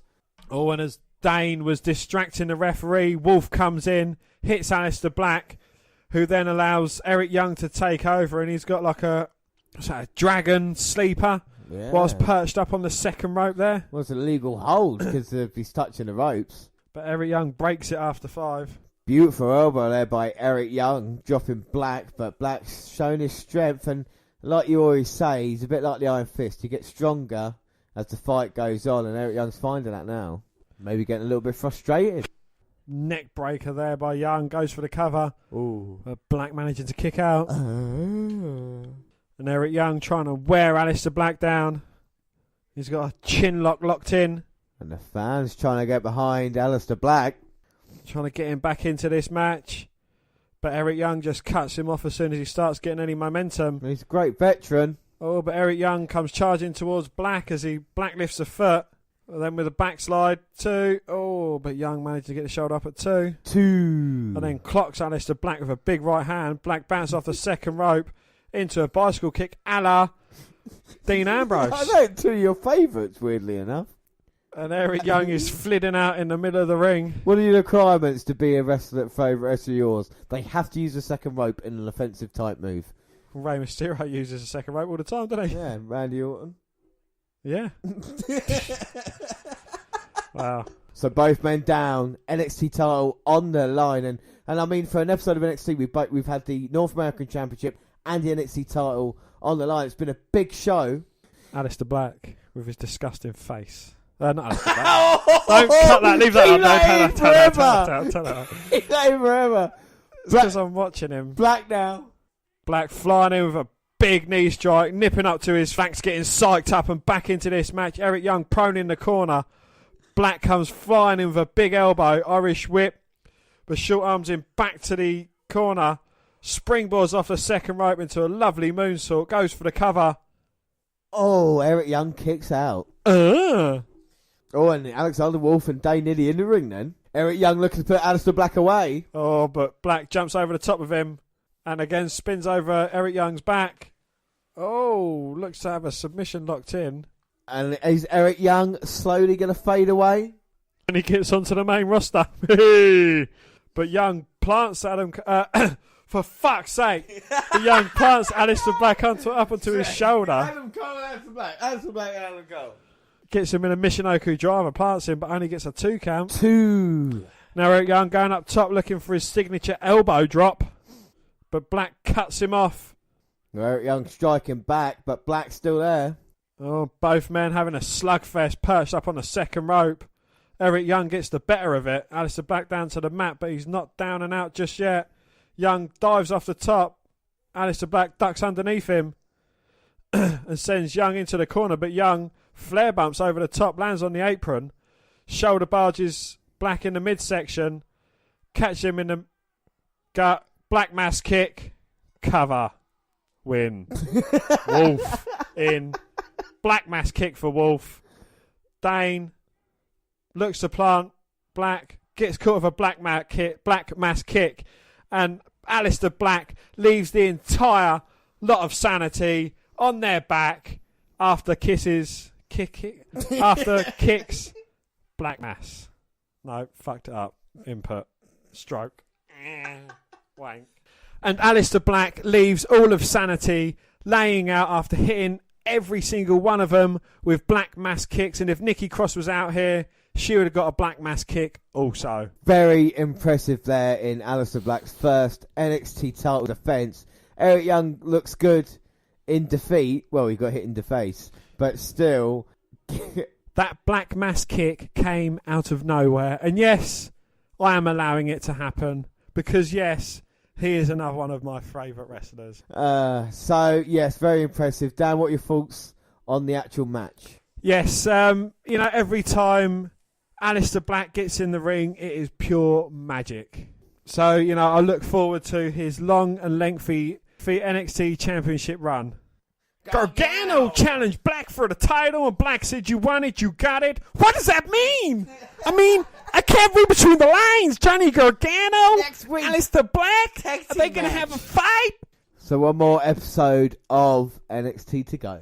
So yeah, we're going to our last episode of NXT episode 447, and it is May 2nd. And we open with a backstage undeserving era promo. Adam Cole says he made Oney Lorcan an answer to a trivia question, so you're welcome. Kyle O'Reilly has some words for Danny Burch as well. Bobby Fish offers to tell his rehab group there's some new patients to come his way. Roddy Strong says what he did to Pete Dunne at Takeover will What he did to Pete Dunne at Takeover will pale in comparison to what he does to him tonight. But our first match is Kairi Sane versus Shazza McKenzie. Hello, Shazza! Well, Shazza is actually from Australia. So, Shazza. And she looks in action here. She's blonde with pink. And she's going to go against Kairi Sane. So we got rid of the iconic duo. We've got Shazza McKenzie. How you doing, Shazza? Oh, hello, Shazza! Sign of respect. I'm going to have that as my ringtone, Dan. Every time. Oh, I got a message. What would it sound like? Hello, Shazza! Oh, wait, there we go. Yeah, that's from Dan, yeah. So it's Kairi Sane and... I've forgotten her name. Hello, Shazza! Oh, Shazza, yeah. So Shazza starts off trying to punch Kairi Sane. Kairi Sane blocks it with the chops. And the women's division He's up for grabs here in NXT. After Ember Moon goes, I mean, I say up for grabs, the number one contendership. I think this might be over already, though, because Kairi Sane has just hit a big spear. She's marching towards the corner. She's got her in her sights. Boom! Running elbow. Drop in the right position. Shazza! Well, the Mae Young Classic winner's on up. Oh! Gets taken down by Kairi Sane. And a huge forearm, but she's not finished. And she's going for the airplane spin into the Alabama Slam. Now what's she going to look for? The insane elbow. All the way up. Salutes the crowd. Pow! Right, the kisser. 1, 2, 3. Oh, unlucky. What was her name? Shazza! Unlucky Shazza McKenzie, but Kairi's saying too strong. And she's smirking right now. No, James, she hasn't got a cigarette in her glove. She's just got a grin on her face because she's just walked over her latest. Well, while Mackenzie is celebrating, Lacey Evans makes her way down to the ring. She's down to apologise, saying that Kairi belongs in NXT. She offers a hand. The crowd doesn't want Sane to shake it, and neither do I. While Kairi is thinking about it, she's just clocked with the microphone by Evans. Oh, you bastard. The old switch and bait. The old bait and switch. The old hitty microphone trick. The old hitty with the microphone. Well, she got done that. She made what he's saying. But Lacey Evans wants to be a part of the new NXT Women's Division. We get a recap of the Ciampa Gargano drama from last week. And I hope that Ciampa faces suspension. Where Kathy Kelly interviews Candice LeRae. Candice is obviously a bit emotional, talking about how it hasn't been an easy year from them because of Ciampa. No, unfortunately, Johnny Gargano award for most punishment taken from the match. Well, she says they thought they were done with all this. She starts breaking up. She says she's just going to get ready for Bianca Belair later. Who's Bianca Belair? Does she like to whip with her hair? She's got very long hair, yeah. Well, our next match is TM61 versus Street Profits. And TM61 had control with the majority of this fairly short bout. Dawkins finally able to tag in Montez Ford, who was on fire, baby! He's on fire! However, Shane Thorne rolled him up, put his foot on the ropes, and Nick Miller held his foot up there to pick up the win. Yeah, so TM61, under cheating ways, defeated the Street Profits. And next week, we get Heavy Machinery versus War Raiders. Well, that is going to be one beefy bout. Kathy Kelly interviews Cassius Ohno about the Ciampa Gargano situation. He states that Tommaso has become a coward, and when he saw Johnny being helplessly stretched out the arena last week, he knew he needed to make Ciampa feel that way, and that person is him. So we're going to get an Ohno versus Ciampa. Oh no! But now we're going to see the debut of Connor Reeves, and he's going against Patrick Scott. Well, Connor wearing a white jacket, no shirt, sunglasses, and a golden chain. Yeah, and Reeves is super aggressive early on. He shouts, "I'm the finest," multiple times during this beatdown. He is beaten down. He seems like quite a big dude as well. What do you think of his look, Dan? It looks like Pete Dunne has grown a few inches. Misses. Well, he's got Scott, and a great Scott. He's got him in trouble. The big back elbow by Connor Reeves. Well, I'm going to hold judgment because he's still a young man. Of course, he's wearing. Not many wrestlers do wear the purple. Well, they're normally English wrestlers. Yeah.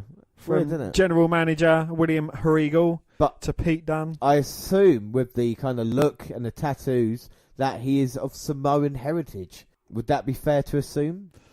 Well, if you assume, you make an ass out of you and me. Do. And I think his catchphrase or his tagline is, "I'm the finest," because he shouted that a fair few times. Yeah, and now he's going up top. No, he's not. He's just going to taunt Scott off the second rope. Falls backward with an elbow. That's the least impressive move I've seen from the second rope this year. Well, I don't care. Reeves impressed me a little bit. Winked there as he slams it down with an inverted TKO or kind of wastelands with a drop. Impressive by Connor Reeves. I liked it. I didn't. Well, we get an EC3 video package that shows him training, but also narrating by himself by a Paul. Next week is his NXT TV debut, and NXT will be EC3. Dakota Kai is interviewed by reporters discussing the state of women in WWE. She wants to make her mark down in NXT. She's asked if she is intimidated by Shayna Baszler. Vanessa Bourne rolls in and says that Kai is a... Vanessa Bourne rolls in and says that Kai is pathetic in her handling of Baszler. She would have slapped the hell out of Shayna. When Bourne leaves, Dakota seems much more confident about taking on Vanessa. And up next, we've got Candice LeRae versus Bianca Belair. Yeah, and in the early going, Candice looks a bit distracted. Bianca's really powerful. She slams LeRae down. Both of these women were, of course, in the Mae Young Classic. You like Candice LeRae because she was one of my picks. One of your picks. I like Bianca Belair because she's got long hair. She's got long hair. She was great in it. She had a good match with Kairi Sane in the Mae Young Classic, but hey, who didn't? And this is an opportunity for LeRae and Belair to really stake a claim to try and get a shot at Baszler's championship. Like I said, it is really open, as we've seen in the women's division. But Baszler is the dominant champion and the most dangerous woman in NXT. What do you think of the state of the NXT women's title division, Dan? And who do you think is going to be next in line? Who do you think deserves it? I don't know. I haven't really got women's performer in NXT at the moment. I think they're all kind of lackluster. I think Dakota Kai is going to become Shayna Baszler's what's her name? Laurel Lance to Diaz. Right. You know, like, to being by her side. Yeah, no, I see where you're going now, I see. But I think Belair is quite impressive. I think Lacey Evans is quite impressive. There is talk, rumour has it, Dan. Rumour has it. That there is going to be another Mae Young Classic this year. If that's the case, we'll see, hopefully, new women and maybe a chance to see people like Viper again. Piper Niven, which would be good. And look at Belair there, impressive with Candice LeRae.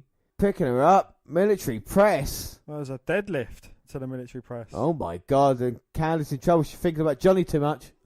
Candice in trouble, and Belair looking to put her away. Oh my God. She's going up for a torture rack. And just screaming at Candice LeRae. And again with the torture rack. This is vicious by Bianca. I'm sure she's got a hand across her throat, which is considered as a chokehold. If the referee doesn't see it, referee doesn't see it. The referee's standing right there. Candice LeRae moves out of the way. Candice LeRae moves out the way. And then Bianca Belair whips with her hair. Yeah, referee might be short-sighted. That doesn't go, I'm sorry. The referee probably cannot see. Yeah.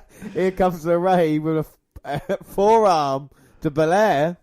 And she's got that kind of determined look on her face off the top.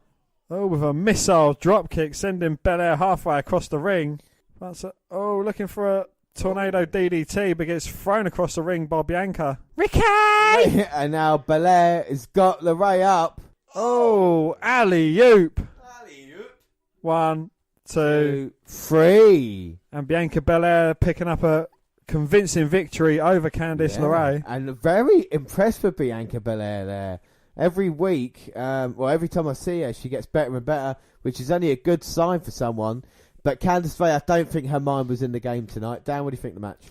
No, it wasn't the greatest of matches, but it was a convincing defeat. Ciampa versus Ono is next week. We also learned that EC3's opponent will be none other than Raul Mendoza. Oh, from the CWC. That would be interesting. But up next, it is now. This is going to be a slobber knocker here because it's Roderick Strong versus Pete Dunne. Of course, he turned on Pete Dunne at NXT Takeover. And look at his new entrance. Comes out here with Strong. And then the Undisputed Era music hits. And he is in charge. Look at him smirking, Dan. No, James hasn't got a cigarette in his gob. He's just got a grin on his face and then more on standing backstage. Yeah. So it'll be a one-on-one match.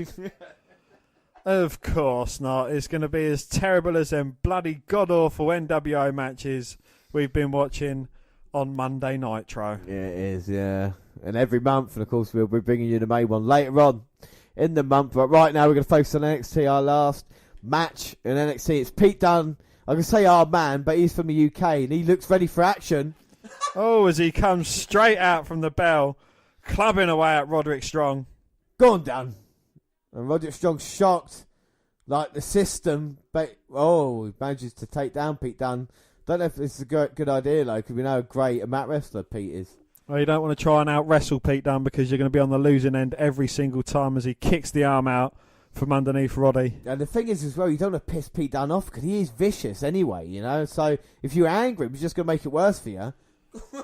So would you say this is a heel versus heel match, or is Pete Dunne trying to be the face he's doing it the right way? Yeah, I don't know if Pete Dunne has turned face. Like I say, we've not really had a big feud as of late. And this one now, you would assume because he got turned on. I feel sorry for Pete Dunne a little bit, and he's had quite a positive fan response, isn't he? So, yeah, I would say Dunn is maybe on the facey way. You'd have to see his interaction with maybe another UK guy afterwards, you know what I mean? If he shakes hands with Tyler Bate, you're like, oh, he's definitely a face now. You know? So, 4 men out, all 4 men are champions. Yeah, and it'll be interesting to see. I'm not sure if the title is on the line as Pete Dunne rocks Roderick Strong from behind. I don't think this is. I think this is just more of a grudge match. Yeah. Well, if it is the case, like you said, they're looking to get the goal, but Dunne getting stopped to the apron by Roderick Strong, and he's more just trying to stop Pete Dunne rather than any offence. Oh, as Pete Dunne comes flying off to take out Roderick Strong, he gets caught with a drop kick there from... And now Roderick's going to try and take advantage of that. He's got Pete Dunne up. Oh, drops him back first onto the hard part of the ring. And you can see the look on Roderick's... you see the look on Pete Dunne's face. He is struggling right now. Yes, the grimace on his face as he gets hit by Roddy. But Pete Dunne's so tough. Even when he's down, he tries to fight back, then covers up. And that's just clever tactics there, trying to grab the leg of Roderick Strong, stopping it. But it's a stomp by Strong. And this might be the push Roderick Strong needed. We talked about him needing to have a few victories behind him, what his character was, and maybe the Undisputed Era is going to help him reach that next level, unfortunately, you know?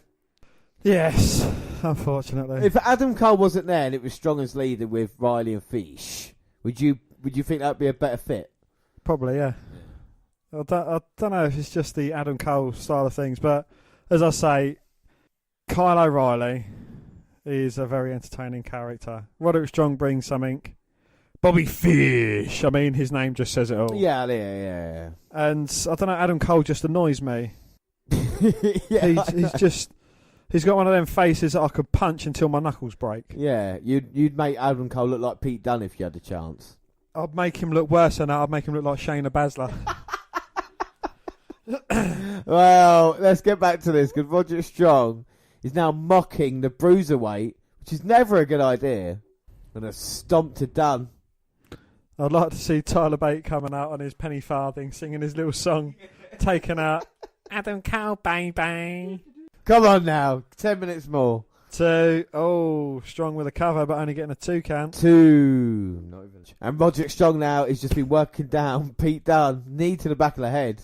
And he's got his legs all tied up as well. He's trying to outfight the Bruiserweight. Oh, and Dunne's up to his feet though. Strong trying to suplex him. Dunne managing to fight out a couple of times. Strong again.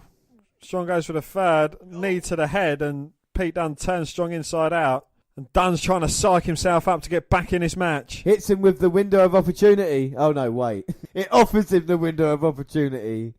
Can Dunne get into it?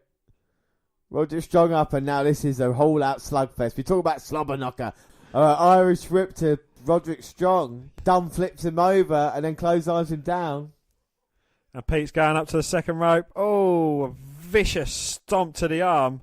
Well, he will break his arm as a receipt for what Roderick Strong did to him at TakeOver. I hope Pete Dunne rips his arm off and beats him with the bloody stump. And now Strong throws him outside, and of course I Adam Cole out there. Trying to feed him to the wolves. And a hell of a knee by Roderick Strong. Is that like the hell of a kick? Don't even try it. Don't. Roderick, don't. And he's got don't. Draping DDT. Oh, a better variation of it though. No. Turns it into a backbreaker, goes to the cover. Got him all caught up in the ropes. Oh. Pete Dunne managing to kick out. Oh. Come on, Pete. Roderick Strong trying to put Dunne away. Dunne fights out of it. Oh, yeah, with a lovely step up in Seguri. But Strong fighting back with a couple of kicks of his own. And now Strong with a forearm and the chops, rocking Pete Dunne. Oh, looking to catch him, but Pete Dunne with a lovely variation of an arm drag takedown gets Roddy Strong in a sleeper hold. Oh, that is beautiful. Oh, the arms under there, it's like a kind of variation of Taz Mission. If you put his grapevine together, he turns it into a armbar attempt. But Roddy Strong grasps his hands together. And now tries to turn Dunne on his shoulders and managing just to roll to the ropes. Well, we knew this would be good, but it's really heating up now, and Dunne's going to go outside. Roderick Strong there. I don't know what that was. Like a Samoan jump off the top. Go for the cover. Oh, but the resilient Pete Dunne managing to get his shoulder up at 2. 2. And now that is not a smirk on his face. He is really upset that Pete Dunne showing his toughness, managing to get his shoulder up. What's it going to take to put Pete Dunne away? And that's a look and a half from Pete Dunne. He's just grabbing Dunne by the hair and punching him in the face. Saying you're a tough man. But I think that's just pissing Pete off. Well, yeah, you have done it now. You've gone and made a big mistake. And he can't allow for you to think you can just punch him again. You know, so now he's got his hand, he turns around. He's going to pay. He's going to pay. Oh, he's going to break his fingers this time. Oh, he wrenches his fingers apart and just starts punching away at Strong in the corner. Referee's counted, but Dunne might have lost it. And Cole and Kyle looking on. Oh, an exploder. Turns him inside out. A big kick across the face. And now he's signalling for the bitter end. Oh, hits Plants it. him. Here comes Kyle O'Reilly. One, two. Ah. And Kyle O'Reilly breaks it up. I knew they would do that because he was beaten, and they can't let that happen, can they? The under coming and beating Pete Dunne up. I'm upset by this action. The undeserving era for life. This is beyond the pale. I don't care. Kyle O'Reilly's lost his shoe. It doesn't matter. Oh, big cheer. Yeah. As only Lorcan and Danny Birch make their way to the ring. Come on, boys. Come on, son. This is what we want to see. Only Lorcan and Danny Birch headbutt. Oh, knocks Kyle O'Reilly out the ring. Yes. Lorcan sends Cole running, and now Strong's the one left. Oh. And he gets eliminated from the ring as well. Pete Dunne throws O'Reilly's shoe. It hits Adam Cole straight in the face. Beautiful shot. My God, so that sets things up there, doesn't it? I'm sure these guys will collide somewhere down the line. Unfortunately, we have to leave it for NXT Update this month. But, Dan, what have you thought of NXT this month? I thought it's been very entertaining. Despite the undeserving era having too much of a presence. But, yeah, you know, it was a good episode. Well, yeah. A good few episodes. It is, and the thing I liked about that, you know, the Ciampa attack on Gargano, even though it's heinous, it still set up a kind of storyline that we are going to see now, aren't we? You know, and that's going to continue. Siena's gone, the women's division is in a bit of flux, and that's going to be sorted out soon. And the tag team division is going. We've seen Sabatelli and Moss splitting up. I should say about that is that Sabatelli has suffered an injury and will be out for a amount of time. So it looks like he's going to be out for a few months, so maybe they're going to stop on that push. But NXT's still good because you've got Aleister Black's title reign, who's going to be next in line there, who's going to step up now, and all these other stories. Lars Sullivan versus Killian Dane I thought was great. So yeah, NXT beat 205 Live this month, didn't Yes, I think NXT just needs to sort out its women's division and try and get some order into that. But aside from that, I think everything else is going great. Yeah. No, I really do. So it's been a good month for the WWE Network, and of course we'll be back for our WWE Network review for June. We'll look at everything from basically this point on that's new to the WWE Network. But until then, don't forget you can follow us on Twitter at WWE Network Review or At Vince McDan, WWE. I'm at J_Rollins. We're also on Google Plus, WWE Network Review on there. Send us an email at WNRpodcast@gmail.com. We're also on Facebook. Yes, Facebook. You can come and find our page and like with the WWE Network Review podcast, or you can come and find me and add me as a friend. I am Vince McDan. Subscribe to our YouTube channel, WWE Network Review Podcast. Got clips going up there. Podcasts go at the same time to other places like SoundCloud. On your phone. You can follow our music maker Diddley on SoundCloud as well. We're on Speaker Radio. We've got our live shows coming in June.